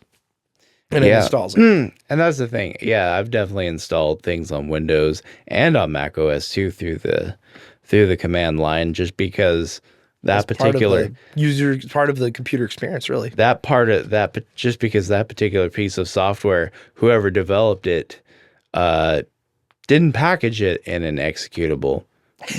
They're just like, nah, I don't want to do that. I don't have the time to do that. I don't have the desire to do that. So they left the installing of said software up to the end user of whoever was motivated enough to learn how to install it to do it themselves. Also too, yeah, like Microsoft started off with, you know, people installing software through the terminal too, because that's what MS-DOS was. It's what you had before the GUI. But the sort of GUI revolution pushed by Mac and Windows definitely definitely made terminal use kind of a minority of thing, because people who have never used a computer back in the MS-DOS days were suddenly like, oh, there's this pretty little picture on my screen that I can just tap on with my mouse and it does things for me.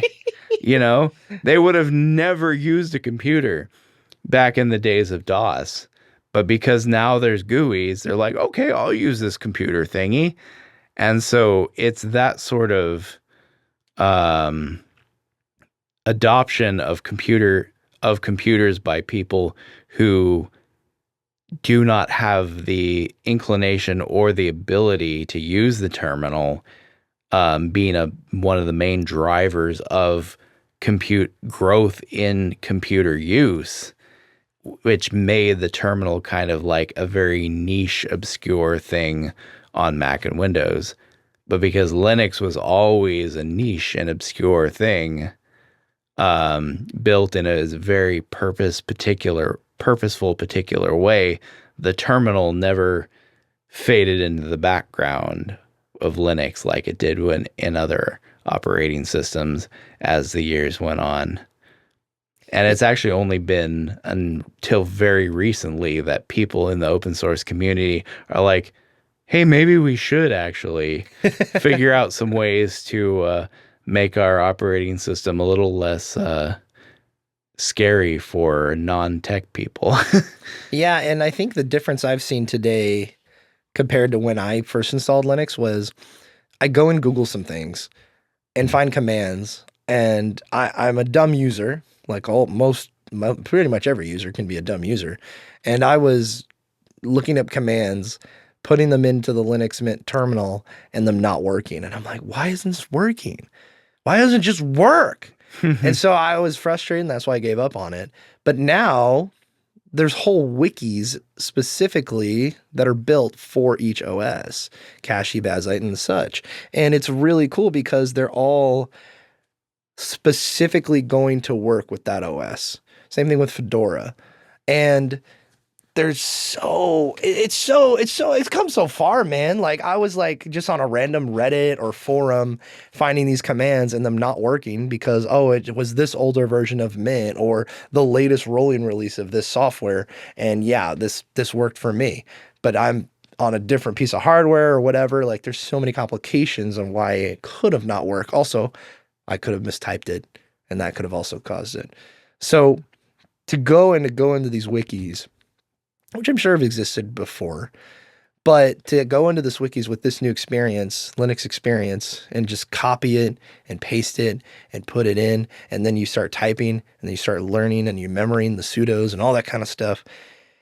It's really, really eye-opening and fun at times. Now, not everybody's into that, obviously, but the agency you get with interfacing with computers this way is really cool. And I wanted to talk about hardware as well, David, because you talked about how there were folks that made a community version of Linux for Mac M1 chips. Awesome, really cool. And we talked about the different flavors of Linux and all that kind of stuff for each specific use case. And there's also like the rolling releases like CachyOS and what you got in Arch, where you can install the latest updates. The thing I forgot to mention earlier about that, by the way, was you go to Windows Update, David. You click check for updates. Now in Windows 7, you were maybe lucky to even let it load.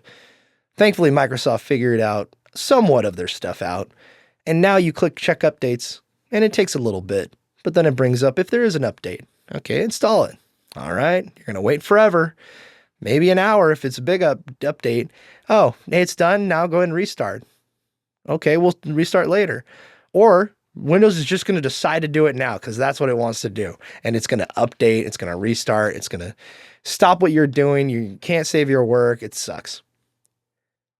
On your Casio OS, all you do is doot doot doot doot doot in the terminal, hit enter, it updates, and you don't even have to restart your computer. Now, Yeah. now there's some things obviously that when you Sometimes you do got have to. you do have to update. You do have to restart sometimes. But dude, when I saw you just boop boop boop boop boop and enter, and it just updated, and you don't have to restart, that blew my mind. And same thing with the computer out in the living room. When we the Kex Quest, David, when we switched the resolution, it just switched the resolution. It didn't black out the screen like it does in Windows. It doesn't flicker the monitor or anything. I just click from 4K to 1440p and it just does it. And I'm like, excuse me? Life can be this easy? Like it's the meme, David, of Pedro Pascal. Life is good, but it could be better. And we found the better. Oh, yeah. What? Also, the fact that, well, actually, I don't know where I want to go from here. Do you have anywhere? Hardware. That was it. Sorry, I'm getting off in different rabbit trails here. The hardware, David. The M1 chip Mac. Mac OS is probably not going to, well, you said you can technically install Mac OS on some of the newest version of Mac OS on the Intel chips from back in the day, but it takes a lot of involvement, sure, because it's not officially supported, right? No, it is officially supported. Oh, it is. Yeah, you can install Mac OS 26, which is Tahoe, I believe, on an Intel Mac, and it's officially supported. The only problem is it's not built for those, so it's gonna be slow as heck. Oh, interesting. So it's gonna be slow as heck, and you're gonna be missing some features, because some of the features are just based on hardware that those old Macs don't have. Like a lot of AI features on Macs are actually they're custom made for the M chips, right? Yeah, because the M chips actually have neural cores in them. And so a lot of Mac's AI features or AI features of like Apple software run on the neural cores in Apple's M series chips. And so like a good example would be Logic Pro, which I use to mix the audio for the podcast, has a lot of interesting like neural network machine learning type AI features that let you do cool things. Like you can take a recording and actually split it out into just have a recording of the drums, the bass, the vocals, the guitar, the keyboards. You can have them all split out into different tracks just from one file, you know? And it's like you can do cool stuff like that, but if you run I almost said Final Cut. If you run Logic Pro on an Intel Mac, that feature is just not going to be available to you because it relies on the fact that the M series chips have neural cores built into them. And so, yeah, it's going to be slower. You're going to be missing some features, but it is technically officially supported. But this is the last release of Mac OS where it's going to be supported. Interesting. Which takes us to Windows, because Windows said, yeah, screw it. It's not officially supported. So the Toads Rising system I mentioned earlier, that has a 6th gen i7. In the i7 6700, which is a pretty decent CPU for the time. It was at a time where AMD was really struggling to compete with Intel. They were starting to get ahead on the GPU space versus NVIDIA, but AMD was still trying to figure out their stuff, and they had Ryzen in the development. They were still trying to get it off the ground. So Intel had no competition, so they said, we don't have to sell you 6 or 8 cores anymore. We'll sell you 4 because we own the market. Now that's completely reversed nowadays. 10 years ago, we had the 6700, and it was the top of the line, and it was a terrible, terrible example of a high-end CPU for consumers. But it's still good. You can still use it, blah, blah, blah. And now Windows 11 requires stuff like secure boot, like certain things on certain CPUs and motherboards that aren't compatible anymore that won't be compatible with Windows 11, that are only compatible with Windows 10 and below. And when Microsoft is sunsetting Windows 10. So you have all of these computers, and this is normal for tech stuff. Stuff has to get upgraded, you know, users have to get newer stuff. It's just part of it. Like IT departments have to upgrade hardware. Like it's just the luck of the draw. It's the play of the game. It's the way things have to be. Or do they? Because on that i7 6700 in there, I installed Bazite and it still has an M.2 SSD. Yeah, it's older. It's not super fast, but it's fast enough. And so I installed that on there. And I can run most of the games from the last 10 years decently. You know, I ain't running, you know, what's it called? Cyberpunk 2077 on there out, you know, maybe at 720p or whatever. But I could run like Hogwarts Legacy. I could run other stuff. Heck, I could run some ray tracing titles technically on there if I really wanted to. I'm not really going to, but I could. And the fact that I can do that through Linux, but not through Microsoft, like there's a way to do it and it's somewhat doable, but Microsoft isn't offering that to its users because of money, obviously. It just really leaves a bad taste in my mouth with Windows and with all these big tech companies because I'm like, it's doable. I can do it. Like, why can't I have my old hardware work? Yeah. And also, sorry, one more thing. There's stuff like CachyOS, stuff like Arch and Fedora and all these things, David. All these old Ryzen CPUs they're technically working with Windows 11, like Windows 11 supports them. Like they run slower on Windows. Like I'm dealing with this on Windows 10. My second gen Ryzen CPU is pretty slow on Windows 10 right now. Like it's not very fast at all. But if I upgrade, I'll obviously fix that issue. But that's an 8-core 8-core 16-thread CPU running at over 4 gigahertz, and it's a 2019 piece of hardware, but it still runs great, and it runs games great, and I can still use it, and it's awesome. Some of these Intel CPUs are in the same boat with gaming specifically, and people have started installing Linux on them because they can't go into Windows 11. And Linux is running amazing on 6th, 7th, and 8th gen Intel CPUs and 1st gen Ryzen CPUs. So anyway, that's what I want to say. You can keep going. Yeah, I was just going to say, it's like what stings so badly with Windows sunsetting all this unsupported hardware is they kind of built their whole empire on legacy compatibility. Yeah. Like, for the longest time, you could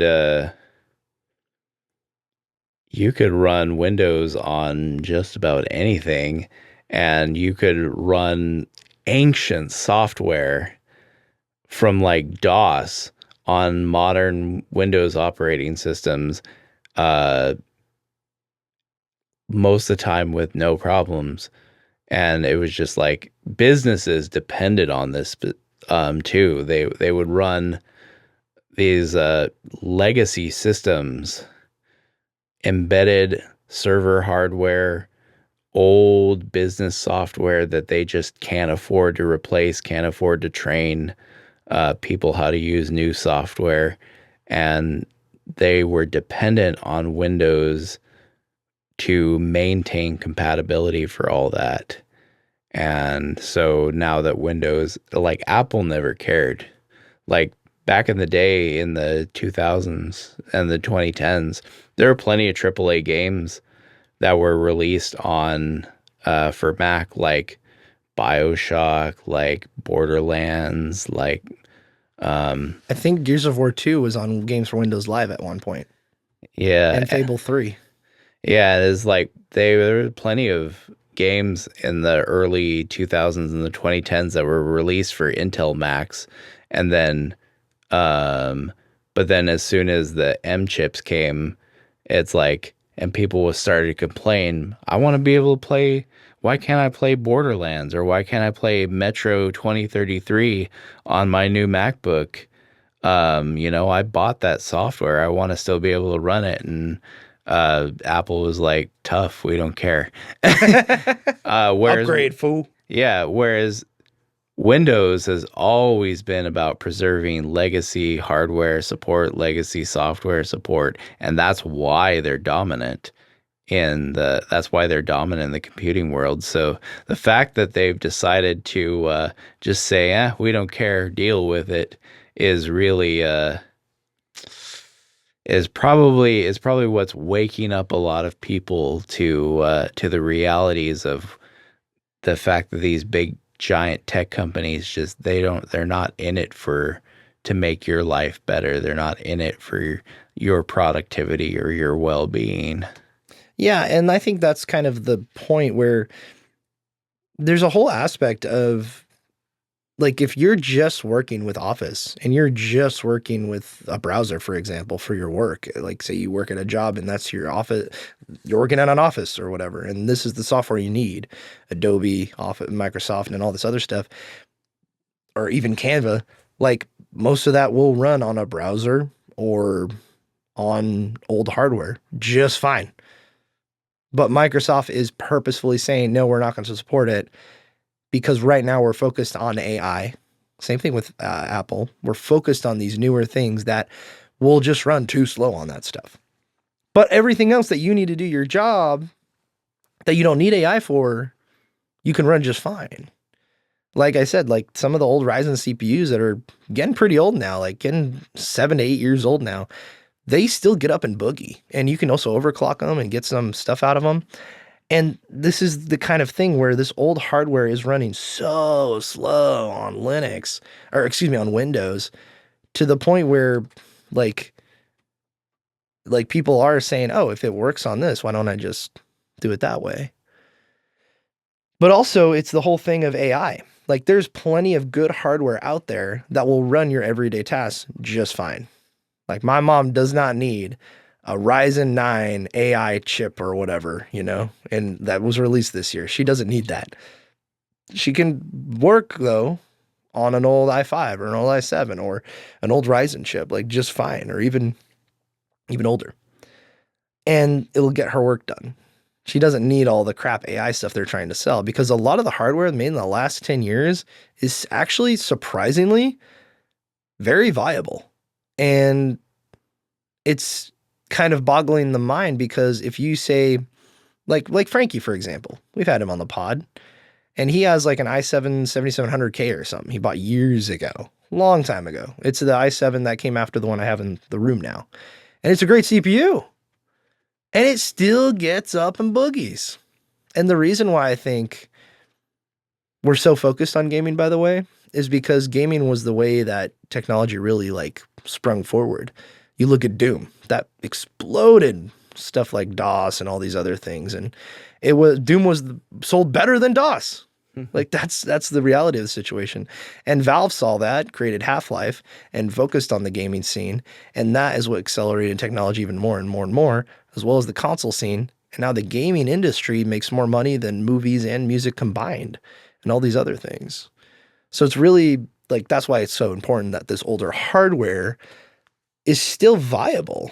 Like, I know I've already mentioned this before a couple times on the pod, but if you're a young kid, Gen Alpha, Gen Z, whatever, and you want to get into PC gaming, you can find old office computers and find old GPUs. And if you know where to look and know what YouTube videos to watch, you can get it done really easily and have a pretty decent gaming computer you can run your friends' slap games on and play with your buddies. And you don't have to pay for multiplayer. There's a lot of viability in old hardware. And it's funny because take a CPU from 2005 and try to run it on something from 2015. It ain't going to work. That's just the way technology was progressing. It was very, very incremental and slow. But we've gotten to the point where if you take a CPU from 2015 and play it on something from 2025, you might actually have a pretty good chance of doing it because of the viability still of that software. Technology has gotten to the point in terms of consumer electronics where this older hardware not only is just viable, but it can still technically be supported through other measures like the aforementioned Linux. And the whole AI thing, I think the bubble, I think, is going to burst. You and me have talked about this, David, but I think the bubble is going to burst at some point. It's going to take its own form in our society for its own use. But I think a lot of these companies are copying on because it's sellable. Stockholders like it. The stock market likes it. And it's something to get more funding, more investment. And I mean, AI has been the reason that Microsoft is now a $1 trillion company, you know? But is it actually, let's see, what am I trying to ask here, David? Is it actually usable? Do you actually need it? Is it solving an issue that you actually have? I would argue no. Yeah, and AI has brought some cool advances in technology. Uh, but I think the big problem with AI is large language models, LLMs as they're called, specifically, because it's what ChatGPT is, it's what Grok is, it's what Gemini is. Uh, all these AI based services that are being crammed into modern tech that people, for the most part, don't really want. People use them, sure, but like a lot of it is just being kind of forced on you, like Gemini being integrated into Windows to a degree that users are just like, no, I don't know. It gets in the way more than it does. You mean Copilot? Yeah, sorry, not Yeah, Gemini. I yeah, meant Copilot. Yeah, yeah, yeah. Gemini is Google. Um, Which actually, like Gemini is probably, I mean, it changes with the waves and with the times, with the months and days and hours even. But Gemini is probably the best one right now out of even Claude and Copilot for sure. So yeah, just because it's built into search. yeah, and it's like AI is useful, but it's being used more as an opportunity to attract investors than it is being used to actually help users do what they want to do with their own hardware. So I think that's where a lot of the AI backlash comes from, is these companies aren't implementing it in ways that actually make the users' lives easier or make the users' lives better or make them more productive. They're just kind of being crammed in there as flashy features that help attract investors. Well, there's been plenty of cool things that you can do with AI that actually do help you become more productive. Um, it gets kind of overshadowed by all the implementations where they just kind of cram it in there and it actually distracts from your productivity instead of helping you. Mm-hmm. Yeah, and I think a funny kind of aspect of this is I actually think AI is going to be incredibly useful, but not maybe in the ChatGPT sense, but maybe not ChatGPT hosted by the chat group, but hosted by your own servers. I mean, home automation is we're already seeing the major effects of it through Ring cameras and lights and all this kind of stuff you can control with your phone. But now, I think the next step of that is, and you can also control your AC through the internet, all this kind of stuff. But now with the local language models and with kind of my kind of like research into local, like hosting local servers and everything, which isn't a new technology at all, but finding out that companies are starting to make consumer level stuff that you can run at home and you can actually run ChatGPT locally if you have the right hardware. NVIDIA is big on this right now. They're trying to sell their made for gaming GPUs as AI GPUs. But technically, they can actually run AI pretty well. You can get a 50 series card right now, put it into your server with maybe a new Ryzen chip, and you can run a local language model off of your own hardware. And it's like, a smaller version of ChatGPT, but it still can pull stuff from the internet. It can still pull Wikipedia stuff. It can still find you that recipe that you've been using ChatGPT for. Like, or troubleshooting a piece of hardware, for example. You can run it locally.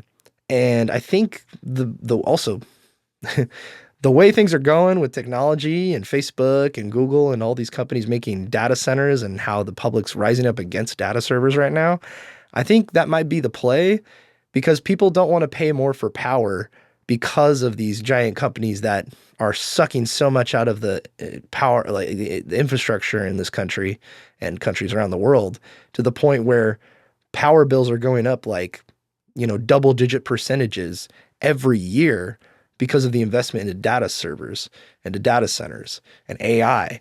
And these companies are getting to the point where they're sucking so much energy from all the power grid that it's costing so much to the people that people are starting to finally notice. So I think if these companies are smart, they'll either build their own nuclear reactors, hopefully, because that would be awesome. Don't worry, like they're safe nowadays. Trust me, bro. But also, if they could sell to the user, hey, just run this in your home, like your own gaming console, instead of streaming it from the server. You know what I mean? Yeah, and that's the thing too, is like if AI was promoted in that way, I think you would have a lot less hostility towards it because like for those who have the inclination and the money and the time to set it up, having a local LLM model running on your own hardware that can do the things that you need it to do, like organize your media or automate your home or organize all my memes, David. yeah, it can do all sorts of things. And the tools and the documentation are out there for people who are inclined to make use of it in those ways for them to figure out how to do it. And it's really cool. Yeah, the company was called OpenAI for a reason. Like you can actually go and get your own version of ChatGPT, believe it or not. Yeah.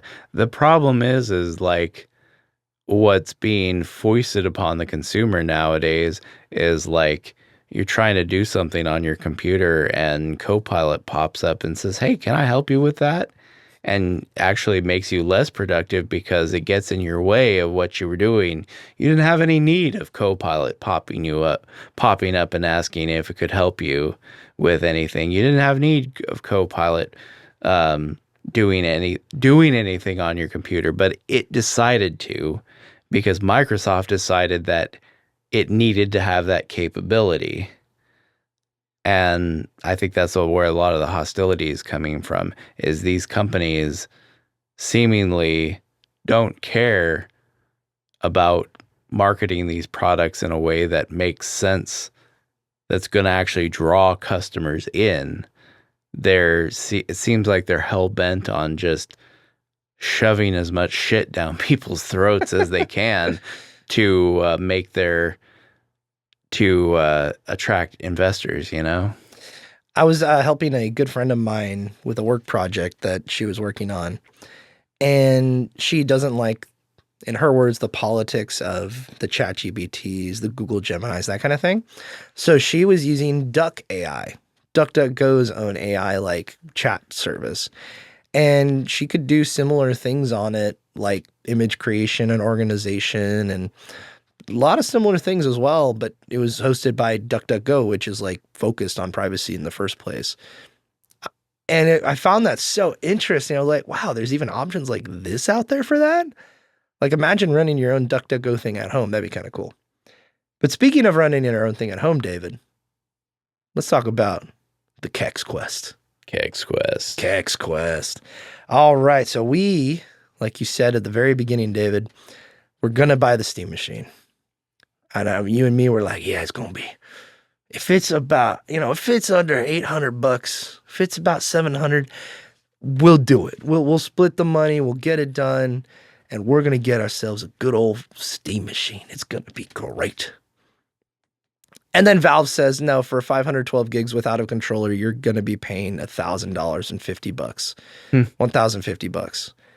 And I'm like, are you kidding me? So I was out immediately, and so were you. So we're like, oh, well, what do we do? Well, let's build our own because you can get way better hardware for less money, which is the reality of the situation here. And having a lot of extra computers here, turns out it's for our special situation, it worked out perfectly. Yes. So I grabbed one of the older systems. We ordered a new GPU, a new CPU, as well as a new power supply. I think that's what we needed. And I think we're out totaling around $700, give or take. I can't remember the total, but I think it'll end up being around there, and or maybe even less. Nah, it's around 700. We'll just round it there. $700, maybe a little more. But we have a pretty kick-ass gaming computer. Yeah. And Keck's Quest is now in the living room. You went with, well, I'll let you explain, David. What did we end up going with our OS? So I chose Fedora because, yeah, I first installed Arch on one of the spare computers in there, one of Jake's spare computers, and CachyOS is Arch-based, but gaming's been great operating system. I actually like it a lot. A lot of these like spins of popular distros are like, why does this exist? Like I could just get the distro that this is based on and make it how I want it to be instead of how you want it to be. But CachyOS is actually really well done. It packages a lot of things together that a lot of people want out of a gaming computer, and just makes it all work together in a really straightforward way that sometimes it wouldn't if you were just installing Arch and installing all this stuff separately. If you didn't know what you were doing, it might get a little janky. But CachyOS it packages what people want together in a way that makes it where it works really well. And also too, it's great for gaming because you want to extract as much performance out of your games as possible, which means latest drivers, latest software, everything. And that's what Arch gives you. So CachyOS being based on Arch and packaged just with all the right things that people need to game on Linux or have a good experience gaming on Linux makes a lot of sense, and I really like it. And I think I'm going to be an Arch man from here on out. Ooh. I think I'm going to be an Arch man from here on out. I actually enjoy the constant updates because since it's a rolling release, I'm not upgrading the whole operating system. It's just these packages need to be upgraded. So I was using my computer for blah, blah, blah. And so when I'm done with that, I can, I'll spend a couple minutes upgrading these packages while I'm already here at the computer. I'll type in the command sudo pacman-syu, upgrade the system, and then I'm good to go. And I do that every couple days, and I stay on top of it.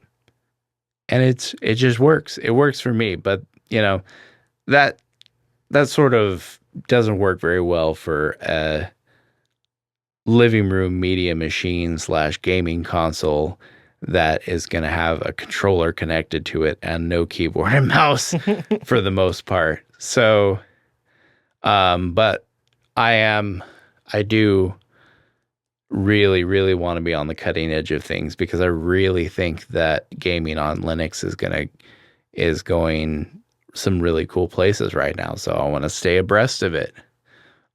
So I basically chose a great middle ground, or as far as what I could tell, like I said, I'm no expert.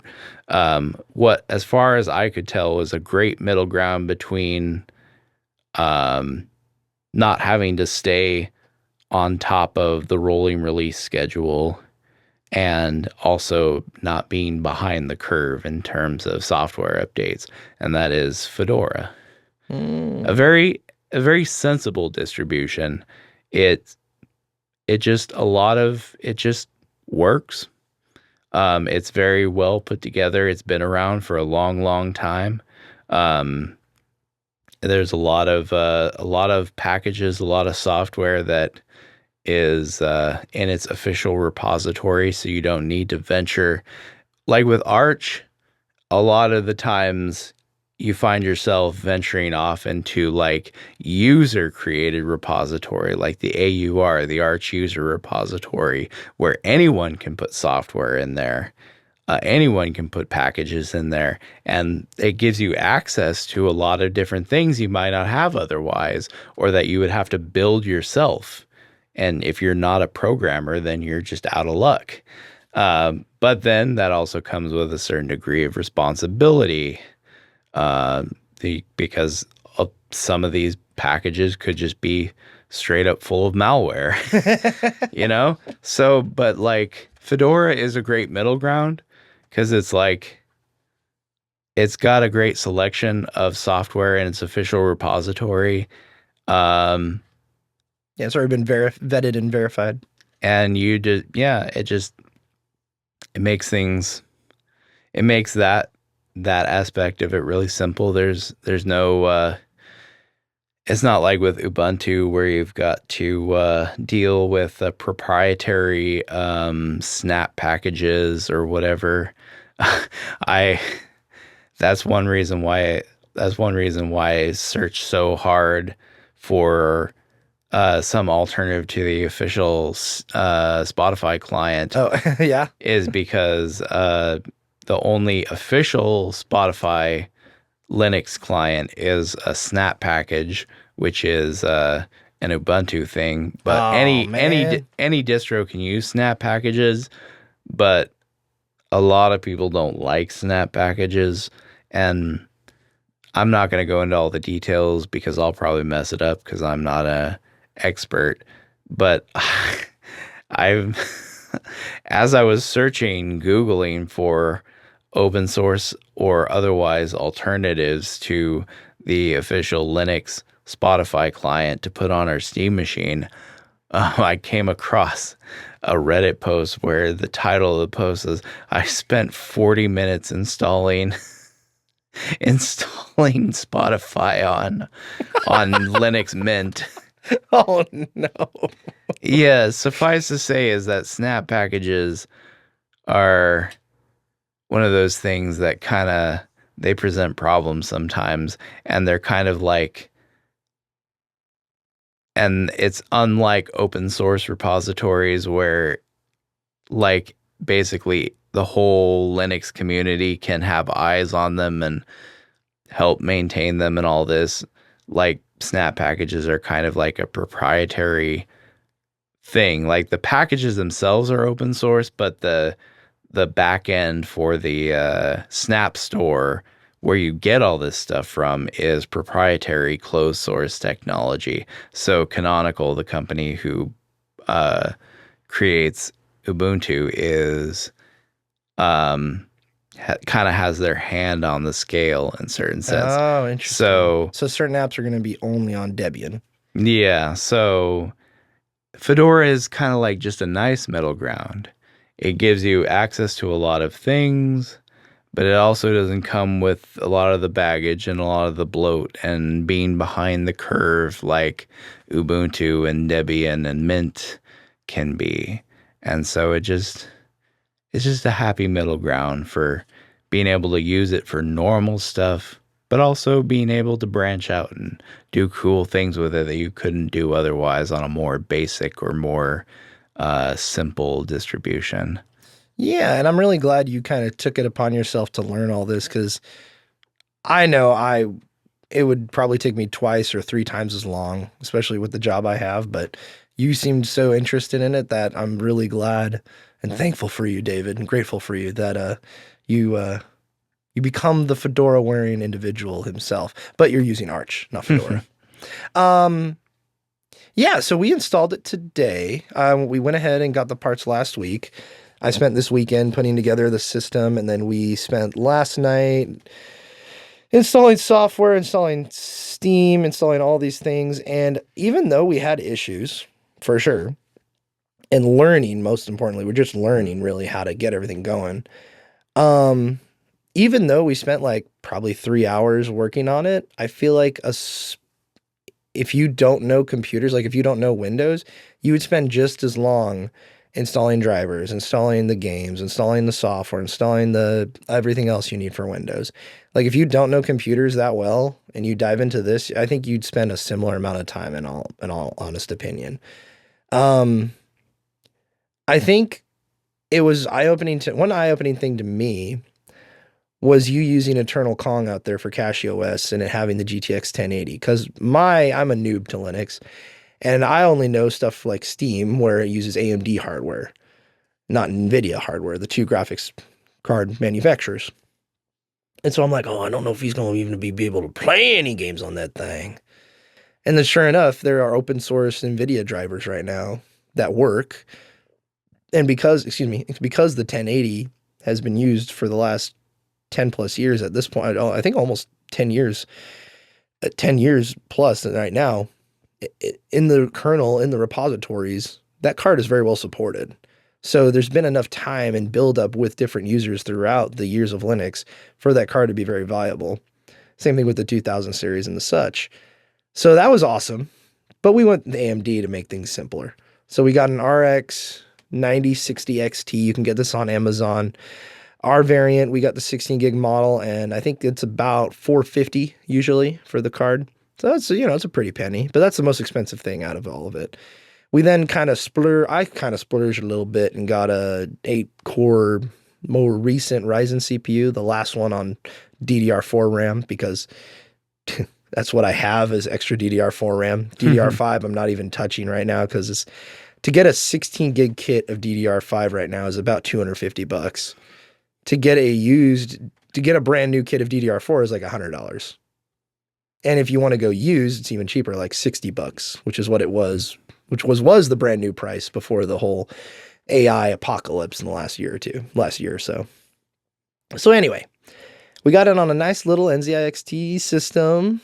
We got I think we did an RX 5700 CPU. And yeah, and it was awesome. The Lord really blessed us, David, because we were hanging out one night watching movies, I think for the podcast, and midnight rolled over and I was on Amazon and I was looking at that power supply and I had two to pick from. And I was like, man, I really want the one that's $20 more, but it's $20 more. I don't want to spend the extra $20. And then the other one I was looking at, which is also a good power supply, because it went to midnight, it went to the Amazon page refreshed, and I refreshed it, and boom, there was a limited time sale that started that day. And so it said 0% claimed, and I got it for like, I think $20 off. So instead of $90, I got it for like $70. So I was like, dude, heck yeah, this is awesome. So anyway, we went ahead, installed the software. We got KDE Plasma on there, big screen as well. And we got SteamOS Big Picture to boot up as well. And it's interesting because the way I explain it is there's this we have the desktop obviously, but it boots into the big screen version, which is controller friendly, basically. Yeah, and this is why too I wanted a more cutting edge distro than like Bazzite or whatever, where Bazzite's locked down, SteamOS is locked down, is because KDE Plasma, KDE, the makers of the Plasma desktop, which has been one of the big popular Linux desktop environments for many years now, has recently, and this isn't a recent thing, but it was made by some KDE people and then they just kind of dropped it. But recently, KDE itself, like as a whole, got behind the project and basically resurrected it from the dead. And it's still in beta. Like it's not even fully fledged. Like it's not shipping with KDE Plasma distros. You have to install it separately. But it's cool. It's called Plasma Big Screen, and it basically gives you the access to your Linux machine, like all the same apps, all the same software and everything, but just in a format that's reminiscent of like a Roku or an Apple TV or whatever. So you get the ease of navigating your system with a remote control or a game controller, but the software you're navigating is just straight up real PC software. So you can basically gives you the opportunity to use software like in your living room, sitting on your couch that you would have never been able to before. And so I was really excited by that possibility. So That's why I pushed for not doing an immutable distro like Bazite. And so yeah, I specifically, after we installed Fedora, went and installed Plasma Big Screen. And so now it boots into Plasma Big Screen instead of booting into the desktop, and then Steam runs on top of that. And those two things together give us access to all of what we need out of it without having to bust out the mouse and keyboard. It's really cool. And so, yeah, Plasma Big Screen is in beta right now, so it's a little buggy, but through tweaking around with it, I found a workaround to make it usable. And so, yeah, it's very exciting stuff. Yeah, so it is very exciting because before we came in and started recording, we were eating dinner and we had Spotify on.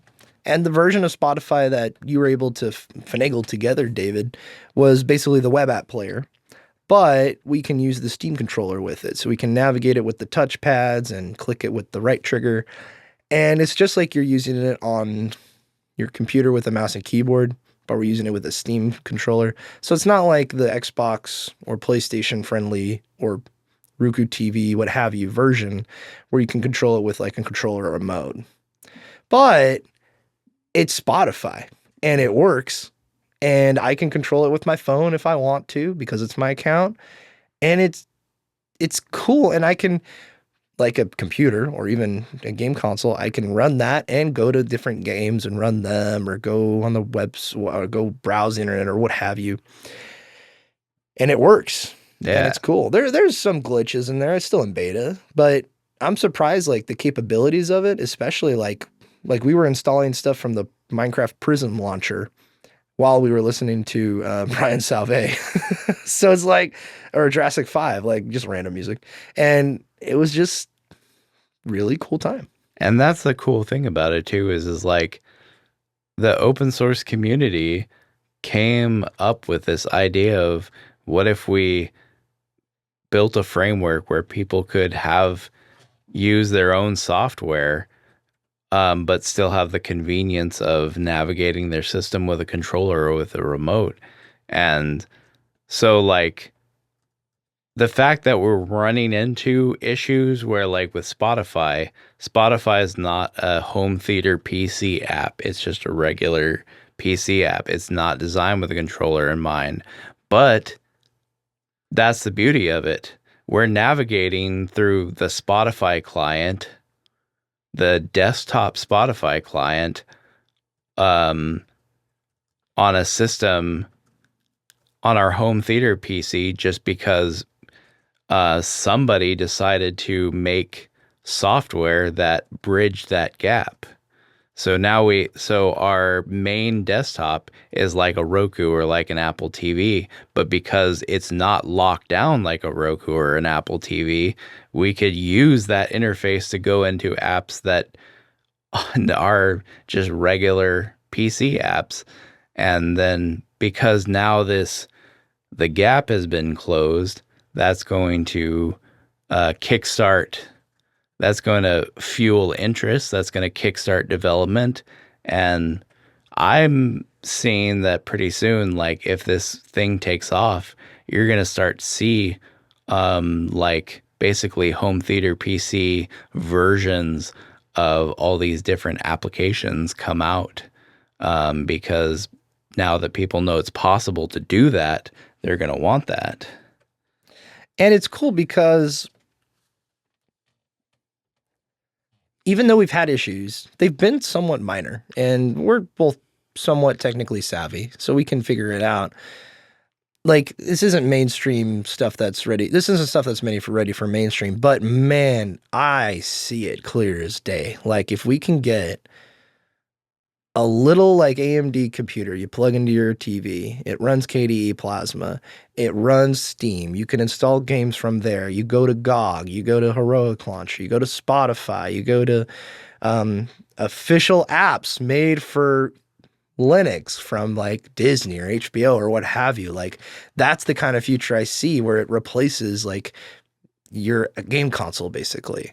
And it's totally viable. Not completely right now. Like there's still stuff we got to figure out. Like some of the issues we had were kind of specific. Like I bought a U-Green DisplayPort to HDMI adapter that I was told through the reviews supports CEC. So if you boot up the computer, it'll boot up the TV at the same time. So we used that, but when we were playing games and testing them specifically at just 4K, it was causing issues. And I couldn't explain why. Like when we were playing Warhammer 40K Space Marine 2, I was testing that out. I was playing the tutorial at 4K at like medium settings, and the screen would just go black. And the game would keep going. We couldn't hear it, but the screen would go black, like the TV turned off. I would pause, and after like 3 seconds, it would boot back up, and it was right where we left off at the pause screen where I paused it. And I'm like, oh, shoot, what the heck's going on? And so we switched it to 1440p. It was working better, but then it happened once more. So then I said, okay, it should be the HDMI. So let me take off the adapter and just plug the HDMI port from the TV straight into the graphics card instead of through the adapter to DisplayPort. And they did that, issue solved. Don't know why the issue's there. I'm not expecting people on the the Plasma team or whatever to fix it. It's just me trying to use this piece of hardware that I was told to work fine, but maybe on something like a Bazite or a Steam OS, most importantly. And maybe too, it's like, it's one of those things where it's like, like the reviews might have mentioned that it worked great for them for CEC control, but like, you don't actually know what hardware, like what kind of TV they had, what kind of computer they had, whether they were running demanding games or whether they were just watching movies. You don't know. Yeah, and there's specific things in Linux where TVs and different companies do CEC is kind of like a thing that if you turn your game console on or a device on, you'll boot the TV up at the same time. And you get to control it all through that. It kind of is a protocol in HDMI that unifies your devices. But the problem is sometimes you'll get CEC floods. So the TV and the console and your home theater system or something else will all start to communicate at once and send signals to each other.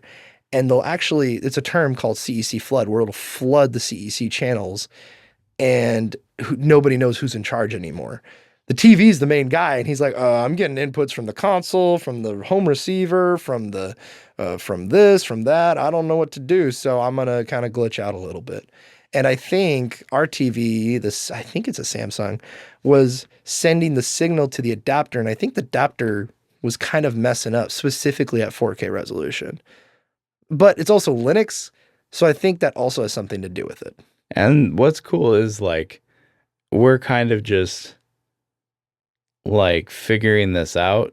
So it's like, the implementation on like the Steam machine, like the official Steam machine, is obviously going to work out of the box because Valve's Steam machine has actual hardware CEC support, which is necessary for devices to communicate with each other. It's not just the protocol. There actually has to be hardware channels for these devices to communicate with each other. And GPUs in computers, except for very, very few, do not have that kind of support. So we're basically like cobbling together CEC support with what's available to us, But the fact that we're even able to do this at all, the fact that we're able to get a $20 adapter and use some driver that someone put together in their spare time to replicate what was only possible on purpose-built systems before, that's kind of amazing in and of itself. And one of the really awesome things about this is that you can just get it on Amazon. And it doesn't work on our 4K TV, but it worked absolutely fine on my 1080p TV in my bedroom. Like it works just fine. I boot up the computer and the TV turns on at the same time. In fact, it boots up the TV faster than the Xbox One X I still have. So like, that's cool. What are the other issues we came into? We had glitches. I was noting this when you were in the kitchen making dinner, David. As I was eating my dinner, I was bouncing between Spotify and big picture mode and the Prism launcher, and I was at times getting graphical glitches, just for a frame or two as I'm bouncing in between them. Like I would go from, I would exit I would go back to KDE Plasma from Spotify, go into big picture, and that was fine. But then I go out of big picture and go back to KDE Plasma, and it was a small like green glitches or whatever. I'm sure it also has to do being at 4K resolution. Our TV supports it, but it's also an older TV as well. So it could be many factors. Well, I think that has to do with probably the fact that, for one, Steam's big picture is messy. Yeah. It's not a extremely well implemented feature. It's weird. It's far better on like a Steam machine or deck or Bazite. But I think with this mixed in with KDE Plasma, I feel like they're kind of warring at each other. Yeah, just they're bit, fighting each other because yeah, I want the big TV. No, I want the big TV. Like I said, Steam Big Picture mode is almost kind of an afterthought. Yeah. It's not really, it's kind of buggy in and of itself. It's kind of janky. And then KDE's Plasma big screen desktop environment is beta software. Yeah. So they're definitely like, they're not meant yet to work together. Yeah, they're not meant to work together. But so there are instances where they fight each other and it glitches out, but also at the same time too, it's just, I really enjoy kind of figuring this stuff out, being able to have the capability of having a fully functioning home theater PC that can basically do it all. I don't need a game console and a media player separately. I can have it all in one kind of a thing, and it works the way I want it to. Whereas like you can use an Xbox or PS5 as a media machine, but you're stuck using it how they want you to use it. Whereas this, it's like the world is your oyster. If you can figure out how to make it work, then you can do it. So I think it's really cool. And hopefully as this stuff becomes more popular, it'll get refined. And I can definitely foresee a future where Steam Big Picture and KDE Plasma Big Screen or similar software that maybe comes from somebody else who was inspired to make it because of Plasma Big Screen, who knows? But I can definitely foresee a future where those two things are refined to where they work together seamlessly and you just have a complete home theater experience your way without having to be locked into a certain company's ecosystem or a certain company's way of doing things. It's so beautiful, man. Like just the image, like for example, I was listening to the Brian's Jurassic 5, and then I booted up I can't remember the name of the game. It's the zombie one I was playing. Not Zombieland 3D. Zombieville 3D. I was playing that as Jurassic 5's playing on Spotify, and then I was exiting out of there, and then I messed around with the Prism launcher. And we also have an app that's the home theater version of Plex, so we can stream from the server, the in-home server. And we also have a Vacuum Tube, which is a YouTube not the home theater, but the big GUI controller and remote friendly version of YouTube, but it's on Linux now. Yeah, it's like the Roku or Apple TV YouTube app, but it's wrapped in an open source application, so you can just use it on any hardware. And it was awesome because that's probably the smoothest running app we've experienced so far. Is you boot it up, it opens just like you do on a Roku or an Apple or an Xbox or PlayStation or even a Google TV, and you sign in, You click your account, and you just watch YouTube on the big TV like you're used to, like on your smart TV. And it's awesome. I'm like, dude, this is so cool. And then you just press B on the controller back a bunch, and you're out. And the cool thing about it is too, is like the YouTube app, that particular YouTube app was designed to work as smoothly as possible because it was designed to go on closed source systems like streaming boxes and game consoles whose processing power was lacking and whose UIs and design were janky and just not always all that polished. So I know Google went and polished their streaming box YouTube app as much as they possibly could because they knew it was going on devices that were not going to be so polished. Because like the Xbox is like the YouTube app itself works great, but the Xbox is kind of clunky and slow and janky, and it just it can't really keep up with it all that well. But now that it's on this nice, fresh, clean, purpose-built gaming computer, it runs beautifully. Yeah, and you got to hand it to the folks at Google for making this thing run on pretty much everything. From crappy old smart TVs you get for like $100 at Walmart to like your on brand devices that have no power at all that you plug in with an HDMI like a Fire Stick and they run. So pretty cool stuff there. Another thing I just loved about it was the gaming experience. I think that first off, we have really good hardware, I think. And it's more than what we need, I think. Like, I would be happy with stuff that is just running max at 1440p. Like, we have a 4K TV, but we ran Space Marine 2 down to 1440p and ran it at changed a little bit of the settings, and we were locked at 60. And it was a perfectly wonderful experience. And it looked even better, I think. We ran native 1440p too versus FSR at 4K. And I thought it looked even better. And we're far away from the TV enough that honestly, it doesn't matter what the resolution is. I think it's going to look, as long as it's 1080p or up, it's going to look fine. Yeah, I mean, I've always been satisfied with 1080p for pretty much everything. Yeah, same. So the fact that this machine is just takes 1440p like a champ, that's an upgrade. Yeah. So I'm happy with it. And we do have also another issue I forgot. And this is probably a minor error of mine for sure. I had we have a 512 gig M.2 installed for our main drive, an SSD. But then we also have a 2.5 inch SATA SSD that's a terabyte from WD, I believe.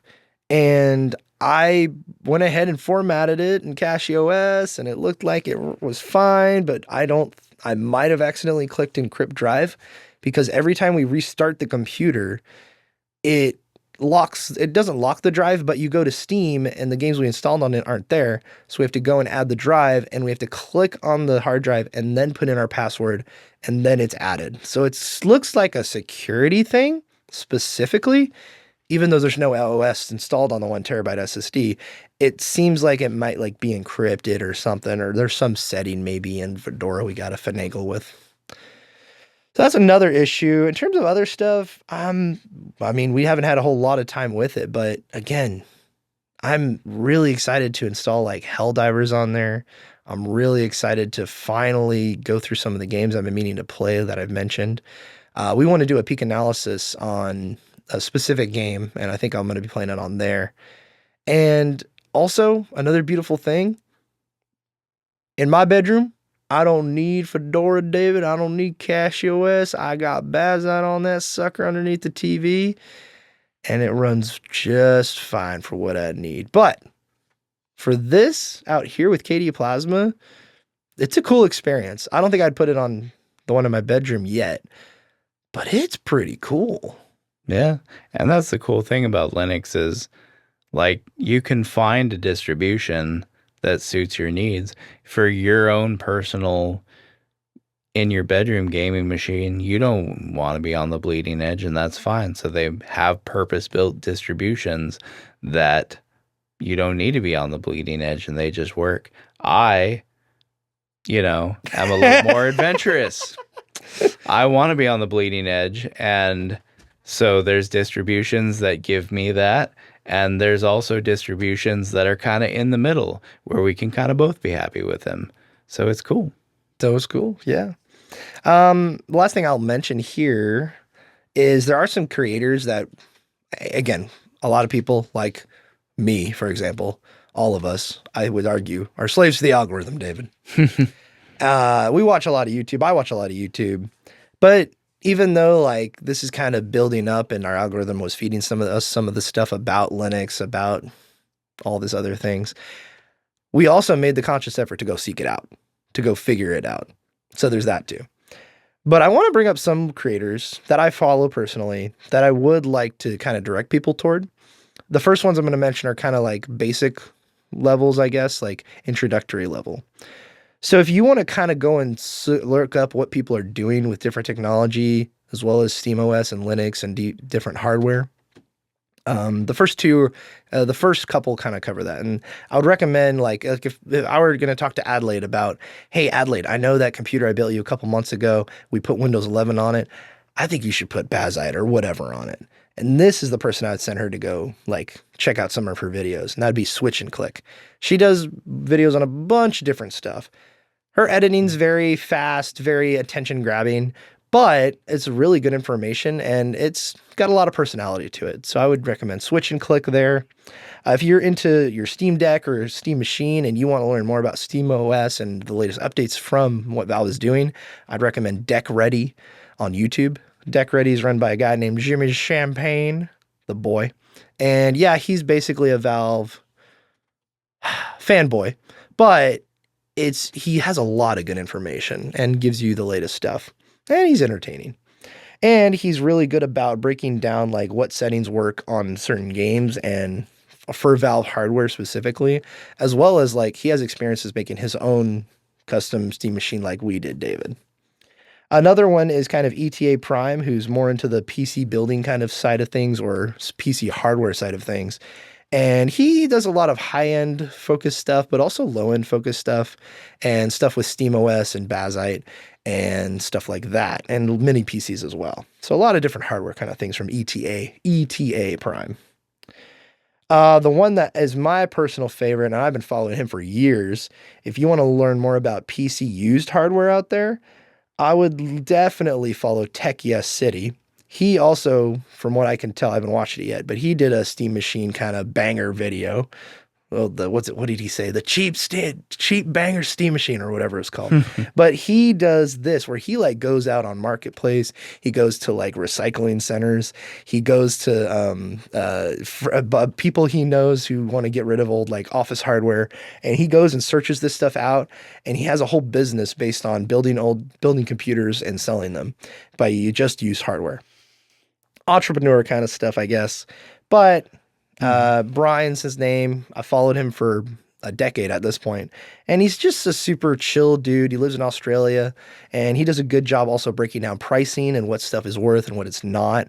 Some of the stuff he gets is really good deals, and some of the stuff like he finds is like, yeah, I'm not going to pay for that, so we're not going to focus on that. Let's go on somewhere else. So that would be Tech Yes City, Brian. All right, the next one I have here, the last two, this is more advanced level stuff. So if you want like a general information of the tech space and Linux, I would recommend Level 1 Techs on YouTube, and they also have a channel called Level 1 Linux. That's the word level, the number 1, and Techs. And Wendell, I followed him for a long time as well, and he kind of gives you a good overview of like getting into tech, advanced like where the tech industry is, where these companies are at, why privacy is important, and that kind of stuff. The last one I have is for the Linux. If you're going to dive into Linux or you want to know way more about Linux, is Chris Titus Tech on YouTube. He's been using Linux for decades at this point, from what I know, and he's just a really knowledgeable individual. He's very funny at times. Like, I like the Thorium browser, but he was like, I'm not going to be using Thorium anymore. And he made a whole video on it. And he's like, I'm going to not use Thorium anymore because the guy's a furry. And I was like, okay, I still like Thorium, which is a Google Chromium browser. So whatever. And then literally he's like, guys, I can't use Firefox anymore. I think I'm going to go back to Thorium. And so he went back to Thorium. I'm like, dude, come on, man. Anyway, Chris Titus Tech, not the comedian Chris Titus, but the tech YouTuber Chris Titus.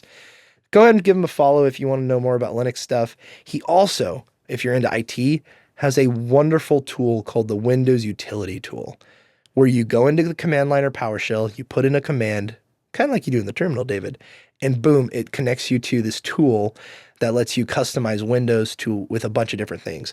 It's a batch app installer, so you can check a bunch of apps they have available and batch install them. They have Windows tweaking settings, so you can have a thing that you click one button and it gets rid of all the telemetry and privacy tracking stuff that Microsoft has.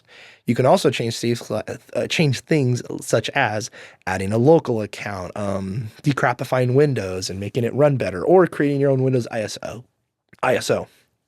It's an all-in-one tool. It's called the Windows Utility Tool. And if you're into IT or if you're into fixing your grandma's computer, I highly recommend. I've been using this tool for the last 2 years, and it has saved me so much time. Instead of going to install, like the only thing I have to install outside of the Chris Titus Windows Utility Tool is Steam and the drivers.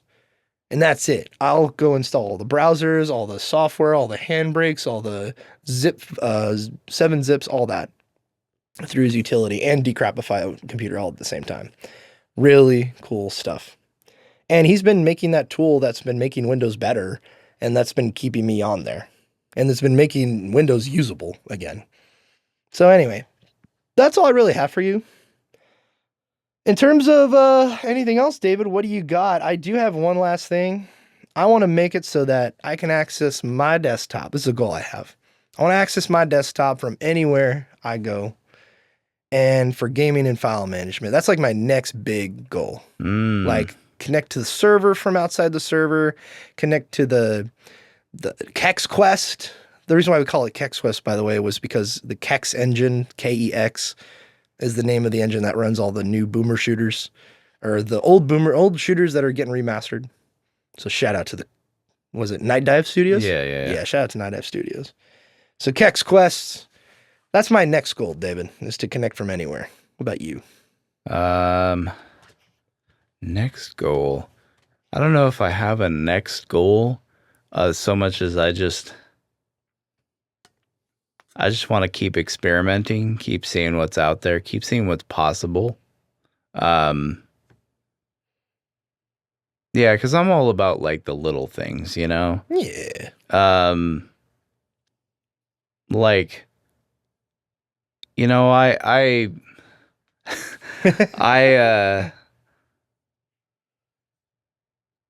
like, you know, I wanted on the computer that I installed CachyOS on, I wanted like the look of the desktop to be to have a unified theme as much as possible. And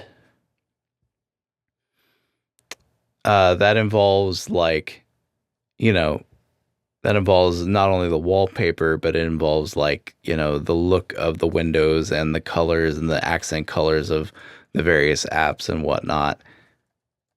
And, you know, as just like, but in my pre-Linux, pre-Arch, the pre-Arch me would have just been stuck with, you know, depending on, you know, whoever had come up with, you know, a nice theme and some wallpapers that fit into that theme, and that's what I would be stuck with using, because I'm anal like that about visual design, you know. Very specific.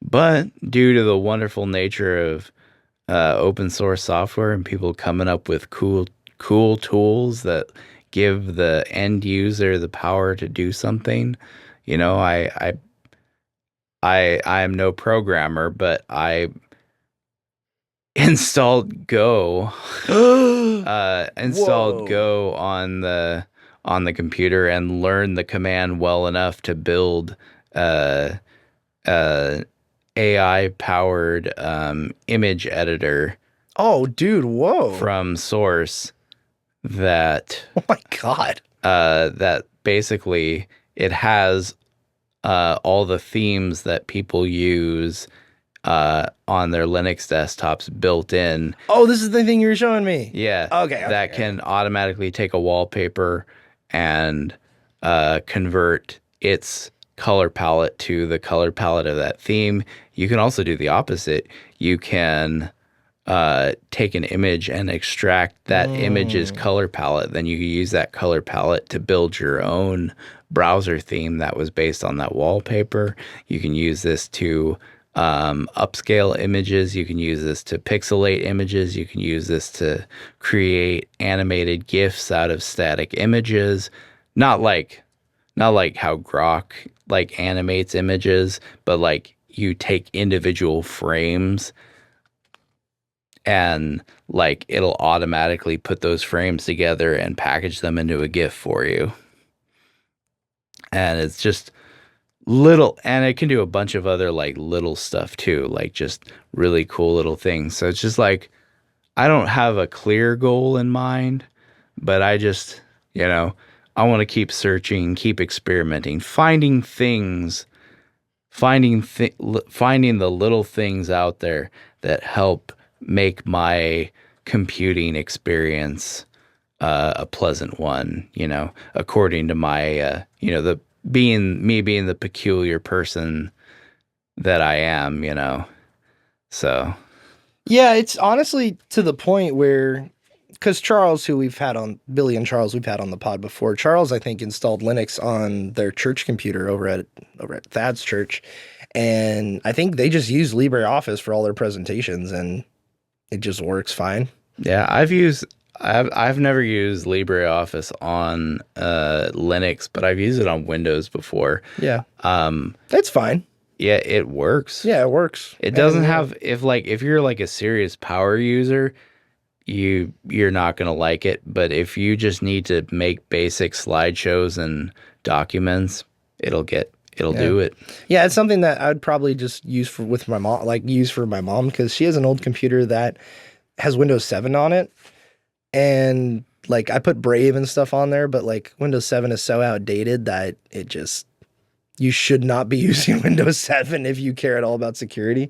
So I think like honestly, I think the play is to get LibreOffice on like Linux Mint or something for her. I was listening to Linus Tech Tips, their WAN show, and Luke, one of the guys there at Linus Tech Media Group, was like, "Yeah, I had my mom and used her old, helped her with her old computer and just installed Linux Mint, and now she knows more about Mint than I do." Yeah, and that's the great thing about some of these more behind the curve distributions. Yeah. Since they're focused on the user who doesn't know what they're doing, a lot of them actually come bundled with this stuff already. Like I think Mint already comes with LibreOffice pre-installed. Oh, dope. So like, and also you can install like Steam and run games through Proton on Mint, right? yeah, you can still do that. Oh. And I think Steam actually has an official Deb package, which is what Ubuntu and Debian use for their software repository. So I think Steam actually has an official Cool. Deb package. Is Mint based off Debian? Mint is, well, there's the main branch of Mint is based off Ubuntu, which is based off of Debian, but they also make a Linux Mint Debian edition that is basically cuts out the middleman. It's based directly on Debian instead of being based on Ubuntu. Oh, heck yeah. Sweet. Yeah. Yeah, that's also interesting because it seems like Ubuntu, I don't know much about it, but from what you were telling me, it seems like they're heading in the direction of Microsoft, for lack of a better term. Yeah, it seems like, I mean, they're not, I don't think they're as egregious as Microsoft, but they're and also Canonical, the company that makes Ubuntu, has done a lot of work on Linux. Oh, They've been dude, a one of the lot. main drivers of development on Linux for a long, long time. So they they don't deserve hate necessarily, No. but they are doing some things which are causing some people to scratch their heads, so it's like, you know, maybe people who would have been okay with sticking with Ubuntu because it's kind of like considered the sort of default, for lack of a better term, Linux distribution. So maybe now people who might have been content with sticking with Ubuntu might be branching out into other distributions because of this. But it's also not like, it's not like the apocalypse. It's not like Linux is like, circling the drain like Microsoft is. Yeah, I'm interested to see if we should install on our church computer Linux and Yeah. get some. As long as Presenter works on there, I'm all for it. We can figure out the other stuff later, like Office and stuff like that. Like we just use Canva and Presenter really on that computer. Yeah, I think Mint would be the way to go on that computer too, because as far as I know, I'll have to look it up again just to be sure, but as far as I know, Presenter has an official deb package. Can you imagine, David, if we have another LAN party and we usually grab the church's computer anyway? Because I built it and I know what's in it and it can run stuff pretty well. If we grab it and it has Linux Mint and it has the David's old guitar Steam account on there and it is playing all the other games along with us, you know what I mean? Yeah. That'd be kind of cool. I thought of some other things really quick for goals here, and I want to get Amazon Prime and all the other streaming services on Kex Quest because I want a replacement for the Xbox One X because I still love the Xbox One X. I think it's still great. Even Series X would be good too, but like we don't have a Series X and the One X is kind of slow and glitchy and getting to the point where Windows 10 is at. Yeah, even for the one major like advantage that it has over Kex Quest having a Blu-ray drive. That is It's true. like Yeah. even for that one major advantage, it's like starting to become a little bit more of a hassle than it's worth because a lot of modern movies are now put on those triple layer Blu-ray discs. Yeah. Blu-rays, and yeah, the old Xboxes just Yeah, they start. You can't. They starting to struggle. They struggle. Yeah, we tried to when we did Barbenheimer, we watched. We tried to stick in the Barbie Blu-ray disc, and it wasn't working for some reason. I'm like, what the heck? Finally, we figured out a solution, and we watched Oppenheimer afterward, and we stuck in that disc. And man, that Xbox had some issues. I also replaced the hard drive in there in that specific Xbox, like with an SSD, like a terabyte SSD. And I think there has something to do with the disc player app, but we installed the disc player app and it still had issues.